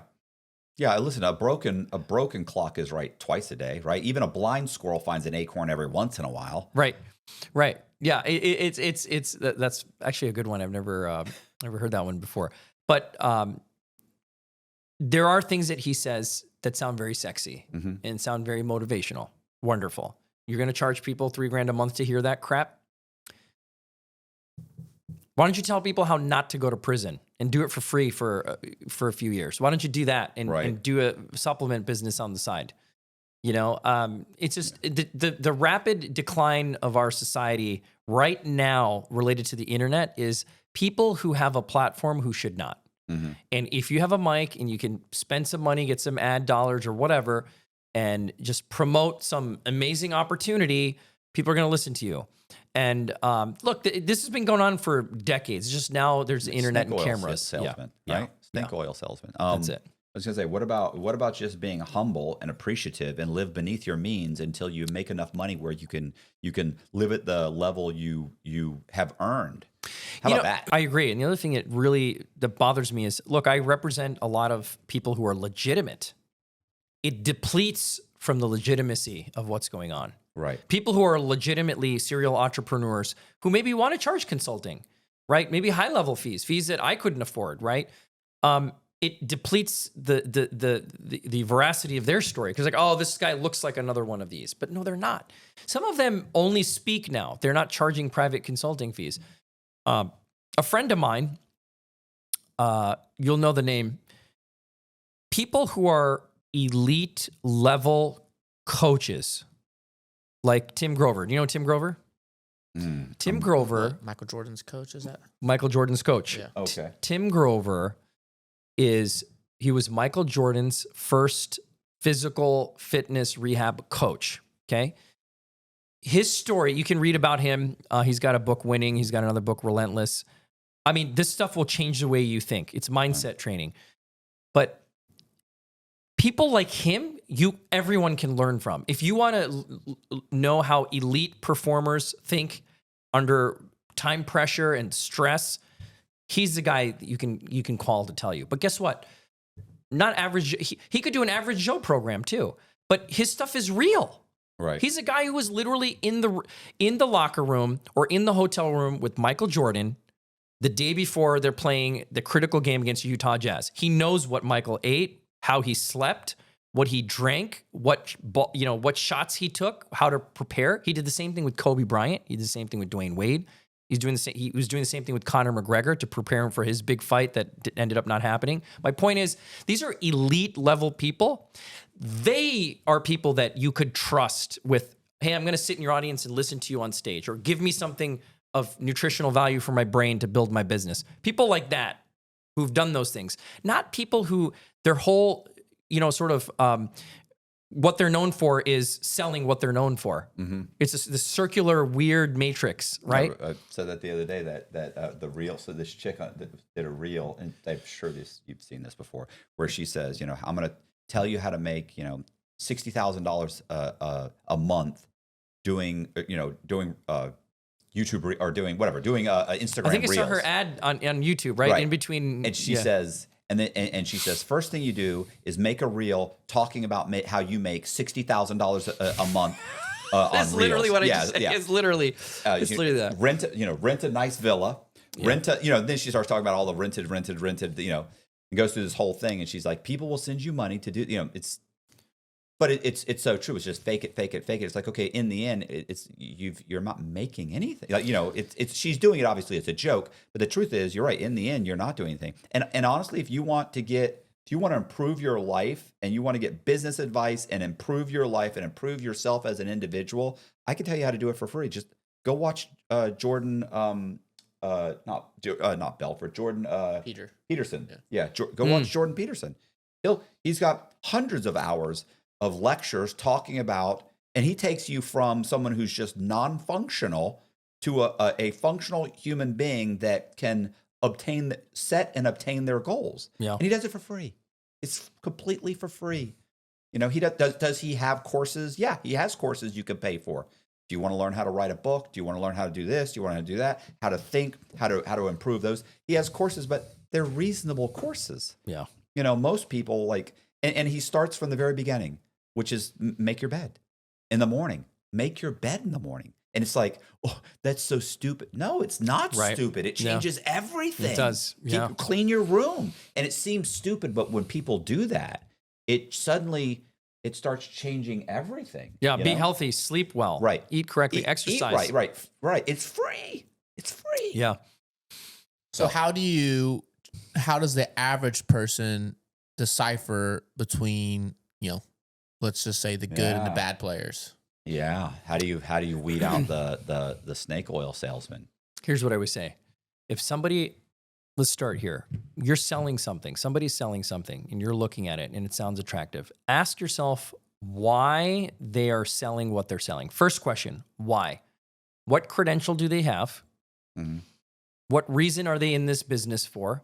If somebody is going to teach you how to rent cars on Turo. Right. Okay. Hey, I'm an expert in car. Who are? Let's find out. Did they run a dealership, or they just some Joe who woke up one day and said, I can get a bunch of eyeballs on TikTok videos. Right. Okay. Found out why they are doing what they're doing. Find out what their credentials are. And then, is it too good to be true? These are 3 simple things, just as like a threshold question. You can eliminate 90% of the crap out there just with that. Just with those things. There are plenty of good coaches. They're usually not the people standing. I've literally seen these YouTube videos and TikTok videos with people with cash sitting in front of them. Yeah, yeah. Listen. How pretentious is that? So you need to stop. Everybody needs to hear this. If you're convincing yourself based on what you're seeing in a video, there's something wrong. Right. Listen to it and say, does this make sense? Talk to other people. Find out experiences. Look, as a lawyer, it's really hard to be a good lawyer. It's really hard. People pay you. There's expectations. You may have to refund. And as lawyers, we can't even guarantee a result. Ethically, right. I can't say, Matt, come to me. I'll guarantee you get this case dismissed. Yeah. It's unethical for me to do that. Okay? We apply these rules of ethics into other professions. Those professions would fail overnight. It's a very high bar. It's already hard enough for me to be a lawyer and advise people, right? Imagine now people that have, it's free for all. Just take money, don't perform, say whatever you want, promise results. Even with FTC rules and all these things, people are getting scammed left and right. So I guess the tip is just pay attention. Don't jump. There's no such thing as quick results. There's no such thing. Some people are lucky. Some people are in the right time at the right place. That stuff does happen. It's serendipitous, okay? But it's not how most people are doing it. Right. Most people is good old-fashioned hard work, building a network, being a good person, working hard, getting access to capital, getting access to networks. Those things are real. Right. I do keynote speaking, right, for banks. It's the same, oh, that's great. The same banks that I ripped off, the same credit unions that I ripped off, the same. So I do keynote speaking where I go in, I tell my story over the course of 45 minutes, and then they're supposed to ask 15 minutes of questions. It ends up being 30 minutes, and then the coordinator ends up having, all right, we got to stop, because I'll just keep answering, right? Yeah. Inevitably, after that's done, I get off stage, people have more questions. I'll stand in the lobby and answer questions. And what happens is several of these guys will come to me and say, and it's usually obviously the security people, the fraud departments. Somebody will come and say, look, would you be interested in coming with and talking to us about building a system? And they always want to say, how do we stop this? How do we stop that? Yeah. And the problem is, what I always do when they say, hey, would you be interested in coming in and being, a consultant on this or that? I always say, look, I wouldn't. I don't know how this works. I don't know how that works. I can tell you my story. I can tell you what the red flags are, how to stop those red flags, and the people that or the banks that I defrauded and the red flags that they saw that they ignored. I can tell you that. But I don't know how to build your system to stop fraud without making it so overwhelmingly difficult for you to even do loans. Because you can sometimes you could do the perfect loan, but it would be extremely expensive, and you would eliminate a whole bunch of people that should get the loan. Yeah. Just to eliminate one or two of some fraudsters that in the end is going to cost you more in the end than to just let them slip through and take care of it based on raise your interest rate a little bit more. Whatever. Some are going to slip through. You're not going to stop them. So, but the difference is that even me, an extremely flawed individual, I could say, yeah, pay me $5,000 and I'll come and pay me $20,000 and I'll advise you. I'm not going to do that. Yeah. That's not my expertise. You shouldn't be asking me that. Same, just like with the business thing. I'm not going to talk to you about that. I'm not going to give you advice on that. I don't have the pedigree to do it.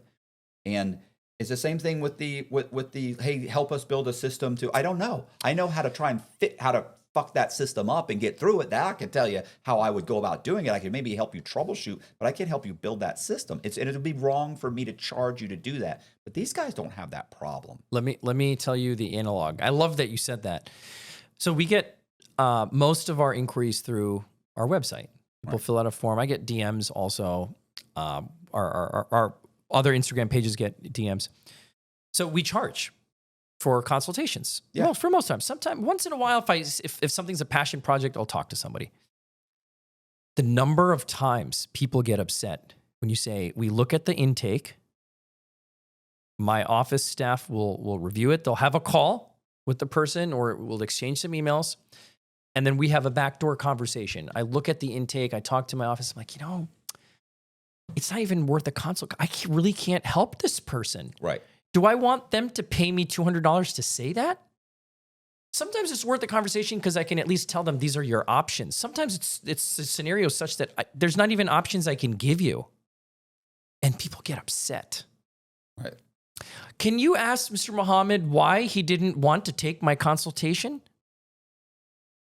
I can't justify taking the $300 to talk to you for 30 minutes because I already know you don't have a case. And then they'll leave me a bad review. Don't trust this guy. He wanted $10,000 for my case. Had you taken the $300 the consultation fee and then explained it during that, you would have taken $300 and he probably would have been more happy. Probably some of those people you just can't make happy no matter what. And part of it, you're right. And part of it is a demographic thing. Like, so we deal with a lot of, OnlyFans creators have their content leaked or stolen, or there's discrete IP stuff, or there's revenge. Mm-hmm. So the number of inquiries on, I had a relationship with somebody and that content or salacious text message or image is now getting posted or being threatened to post, an arc like that since COVID. Unbelievable how much this is happening. Now, it could have been happening and we didn't know about it. And people finally found like that we were writing articles and blogs about it. Right. And people said, oh, there's something we can do about it. But we know like Taylor Swift, right? When all of those AI images came out about her, Congress was writing the next revenge statute. It's been happening to average Joes for years and Janes, right? Right. So when somebody important happens to, but my point is like, we see these kinds of things and it's really the underbelly of society. Right. The kinds of problems that people deal with as it relates to the internet. You really get to learn how crazy we are as humans and the kinds of things that we do. But people need help. I mean, the reason I brought that up is because those are people who legitimately need help. And we try to figure out fees arrangements to make it work for them. What exactly, for the viewer who may not know, is Baller Busters and what do they do? And also, how are you affiliated with them? Yeah, Baller Busters, it's interesting. So I'm on the legal team. It's a group of people, very sophisticated, high-level people. And it's funny, they started by, I think their first bust was these fake watch people. Fake watch people? Oh, fake watch people guys. Making the counterfeit watches. Correct. Selling them, trading them. Yeah, reps. Yeah, it sounds so much better than counterfeit. Yeah, reps. But Baller Busters started as a joke. And what it turned into was getting refunds to victims of scams and charging nothing for it. They don't say, come to us, we'll get you a refund, we'll take 10%. Nothing close. At one point, they were getting refunds of hundreds of thousands of dollars for victims per week. Just think about that. For free, by educating them. This is why voices need to speak. If you're legitimately, like the guy who said, I'll pay you or whatever, just talk about, I paid Wes Watson $500, tell people how he did me dirty. Right. More of that needs to happen so people can understand what they're doing. And that's where Baller Busters was born, right? And it's literally Baller Busters. It's the fake people. And their diligence team is enormous, meaning they get the documents, they'll get the court records, they'll look at public record, they'll talk to experts. They don't say things about people unless they can verify it to the best that they can. There's plenty of DMs from people saying, I've been scammed by this guy or gal. Like, for example, I'm going to just bring it up, Andrew Tate. Many people would ask Baller Busters, like, why don't you bust Andrew Tate? And the response is, there's nothing to bust. Right. Because he does have a program where you can join for like $49 a month. It's nothing close to the Wes Watsons of the world. In fact, people who have joined his program say they actually learned real tangible skills in business. Okay? Right. Now, you may not like the optics of who he is or what he stands for and the machismo and this, that, and the other thing. That doesn't mean he's a scam. Yeah. That's his biggest problem is his delivery. That's really it. The content, with the exception of one or two things that he's said that I disagree with, I think most of it's very, very much Jordan Peterson. It's be a man, get up early, work out, make your bed, do what you say you're going to do, set your goals, work towards those goals. Like, these aren't horrible concepts. So it's interesting because, yes, he did run certain things like chats or video cam girls, whatever he did. Okay. Yeah. He's not telling you to do that. Right. He has a history. He's done what he's done.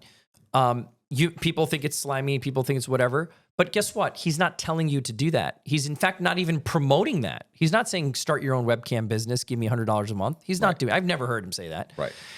Yeah, he says stuff that's controversial. The guy's a character. He's created a persona.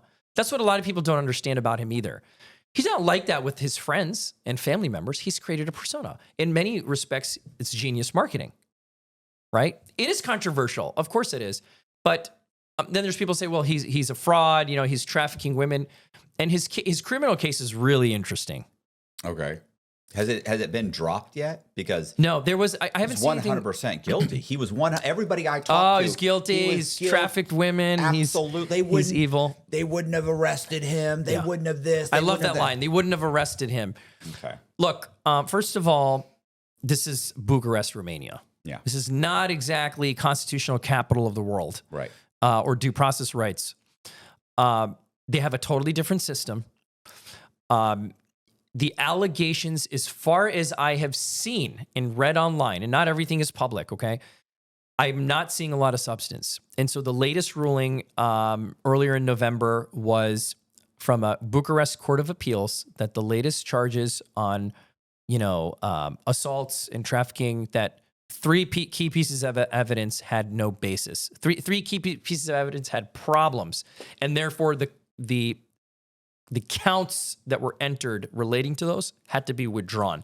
Now, the Court of Appeals gave them 5 days, the prosecutors, to fix or withdraw those claims.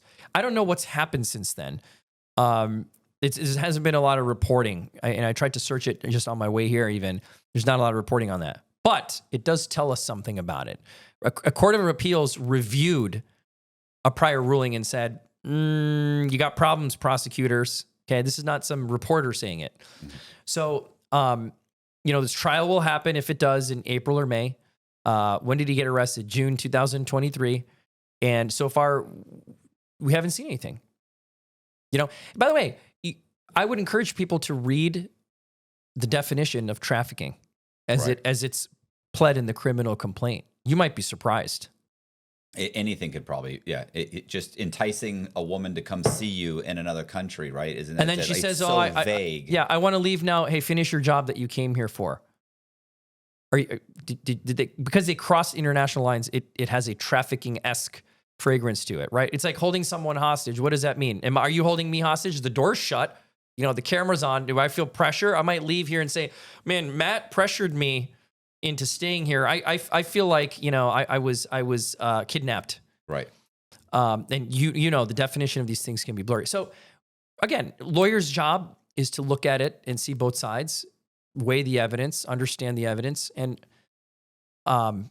it's funny when ultimately, if they end up having a trial or dropping the whole thing and he walks out, it kills me, because the same people that were screaming from the mountaintops that he was, can I say rapist?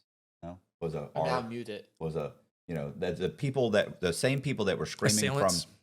saying that he had assaulted, these women and trafficked them, and when it all gets dropped, right, instead of them saying, wow, maybe there was nothing to it, or hey, those accusations were unfounded, or they'll just say nothing, or they'll just continue to say that he's just, he just had a good lawyer and they didn't get him on it. And then because you want to believe this, because you dislike the person. So what's interesting is people are now saying, well, he's rich. You don't think in a country like Romania, he can have influence? I'm like, so your theory is that he's placed himself under house arrest and he's paid the government of Romania to charge him, because we know the charging documents. That's your theory? People are crazy. Yeah. Look, I don't judge the merits of what somebody's doing in business based on whether I like them or not, at least on the face. Like Wes Watson, I don't like him, but the merits of what he's doing and saying we can dissect very clearly. Right. Same with Grant Cardone. Same with anybody. You don't have to like or hate Andrew Tate to realize whether, the criminal charges being brought are bogus or not so far that we can see. Okay, so on all these subjects that we've kind of touched on, what are your predictions, I guess, first for, let's go, the United shooter, Luigi? What do you think will happen? I think with Luigi, Probation? No, just joking. Yeah. They're going to throw the book at him. It's premeditated. There's more evidence is going to come out about his plan, about who he was, the sinister character he is. He was not just an average nice guy who was doing the world justice by cleaning up corporate greed. That's not the story that's going to come out. That's my gut. He's going to get a life sentence. That's what I think is going to happen. Prosecutors are certainly going to ask for it. The mandatory, whatever, I'm pretty sure it's going to be a life sentence that he'll get. Do they have the death penalty in New York? That's a great question. And I think I know the answer to this. Do you think the social media, I mean, it's very rare that you see like support of someone like this. Like, do you think if any of that stuff has any effect on what happens on any type of ruling or whatever? So I think social media absolutely plays a role in a fair trial, both ways. Mm-hmm. And you saw Johnny Depp versus Amber Heard, the defamation lawsuit. After Amber Heard essentially lost, she did prevail on some of her claims. Remember, it's just on the balance of things, Johnny won more. Right. But her lawyers and her were like, I didn't get treated well in social media. People were making fun of how I looked and how dumb I sounded. Because you sounded dumb. Your stories were dumb. They were not credible. So, but can it taint the jury pool? That's the question. So it can. All of this can, right? How he looked, where he went to school, nice guy, six-pack, all this stuff, and we got to handle corporate grade. It can, because remember, juries get selected, and you can't strike every juror you don't like. Right. Yeah, you can go. Yeah, I was gonna say. So basically, it's. I always think of it like this: is I remember being in getting in an elevator one time. This is when Bush and Gore were running against each other for president. I stood in there. And these two women were in the elevator, and one woman said, "Who are you voting for?" And she goes, "Oh, no, it was Clinton. It was Clinton." She said, "Who I'm voting?" She goes, "Oh, I'm voting for Clinton." She goes, she goes, "Really? Why?" She goes, "He's way better looking than Bush." And I thought, what an idiot. But then I thought, but for every one of her, there's somebody who's voting for him for another stupid reason. Yep. So. You're right. It's back and forth. I mean, if juries can be, and of course, juries are given instructions during trials. Can't watch social media. Don't talk with anybody about how many of them are listening. Yeah. They get in their car and be like, let me just see what the headlines say about the case. This is probably the biggest thing to ever happen to them in their entire life. 100% it is. And people want to talk to them. And it's like the second the case ends, they've got all these interviews. And then members of the jury start blogs and so bottom line, it absolutely can. And it's very, very hard for judges to manage that. It's very hard. What do you think will happen with this recent Jay-Z lawsuit?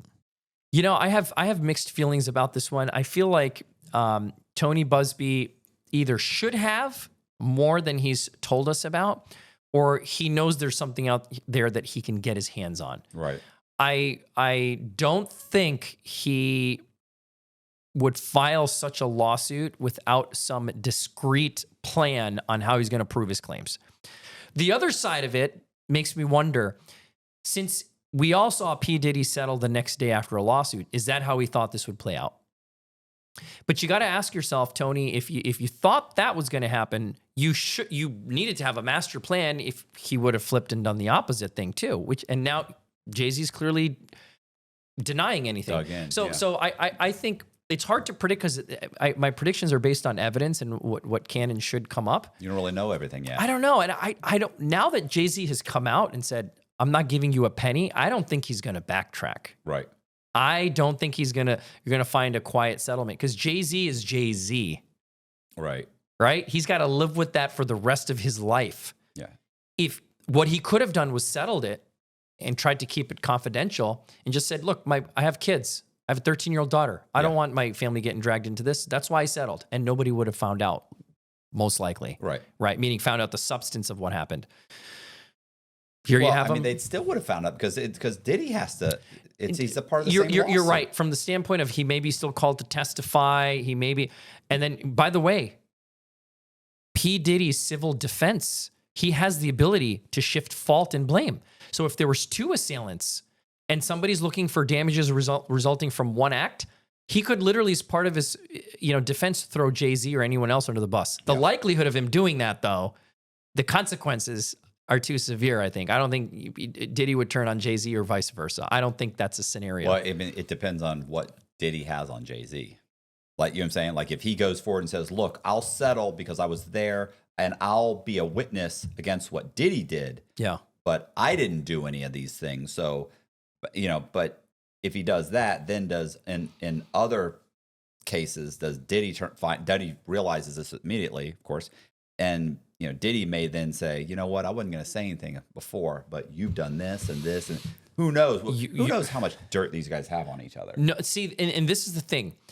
The discovery will be very interesting. Who's called to testify, what they saw, what they know, and who turns on the other person. Mm-hmm. You know, I had a story one time I wrote, right? And while I'm interviewing this guy, he's talking about a cop that there was a cop that was head of a task force that was setting up drug dealers for this guy and his brother to rob. And when I'm interviewing the guy, the brother, I'm like, okay, he's like, well, he ended up getting arrested. Now, my guy was still free, but the main cop got arrested. The cop that was running the task force, because he got arrested because he was working with somebody else, and he was driving, delivering drugs to Miami, knowing if I got pulled over, I can say, boom, I'm a sergeant or a lieutenant and the head of the such and such drug task force. They're not going to search me. Well, he ends up, somebody else gets busted and tells the police, and the feds bust him. And I was like, damn, were you worried that he was going to, because he starts cooperating. And I said, were you worried that he was going to cooperate against you? And he goes, nah. He said, he had me kill somebody one time. He said, so I knew he was never going to mention my name. And I was like, oh, shit. So that's the kind of thing. Do you see what I'm saying? I listen, this is high level stuff. There's talks about, you know, like who killed Tupac, who killed Biggie, like all. I'm not saying that's what it is. No, but I'm people saying have dirt on each other. People have dirt on each other. You're running in these circles. They're super rich, elitist type of people.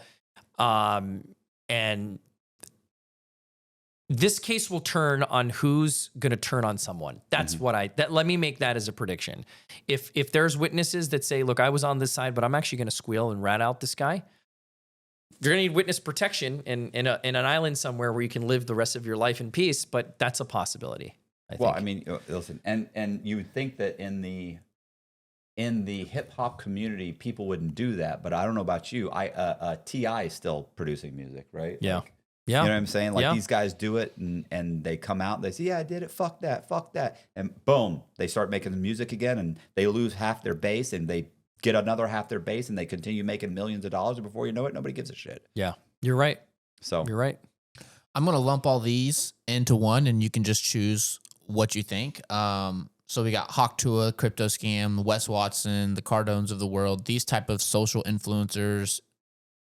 Is there anything that you think will happen to these guys legally? Yeah, Tuah, like. So here's the thing: is Tuah girl going to jail? Right. That's you know what's interesting about that is I do think that the SEC needs to make an example, and the DOJ should make an example of someone with these coins. It's just rampant and it's crazy. The question is she the one? Right. How are they going to prove what she knew and she didn't know? Are they going to make an example? Because look, it's going to be text. I mean, what about real quick? What about Logan Paul? Yeah. And the crypto zoo coin, I was going to ask about that. How did he not get? Did you see the texts? Yeah. How did he not end up getting indicted? This is why I think there needs to be an example made. It's such a free for all. And people say, well, investors are stupid. You're investing in doo-doo coin. Steal. Yeah, it doesn't matter. Bingo. So you're telling me that if I go out and I steal from stupid people, it's okay? It's okay. No, they should be stupid people. It's like old people, vulnerable victims are supposed to be protected. I know because I got an enhancement for vulnerable victims. You know what's funny? The SEC rules for who's a sophisticated investor and who's not were designed to protect non-sophisticated investors. That's the whole premise of these rules. So I think it needs to be investigated. I think whether she goes to jail or not, I think there needs to be a serious investigation. It's just too rampant. It's too rampant. Too many people are getting away with it. Mm-hmm. So, yeah. And then these I would say, social media entrepreneurs that have maybe not, I don't know. I feel like most of it's unethical. Yeah. Like, do you think any of it is criminal? You don't have to Yeah, say specifics or whatever you think. I think a lot of it is criminal, but it gets written off as being civil. That, oh, it's just a contract dispute, and you know, you didn't get a refund, and this and this. The reality is that it rises to when enough people get duped.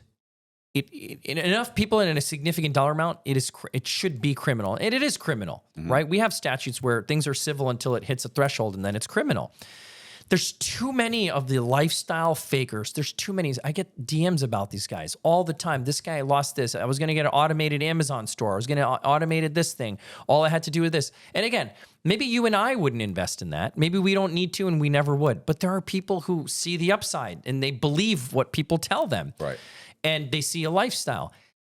Somebody needs to go to jail. And by the way, people have. The Federal Trade Commission has, the DOJ is their enforcement arm. So we have the FTC Act. We have Section 5, the deceptive practices, for this reason, right? To attach civil and criminal penalties. And I think we need to exercise those things on all these guys.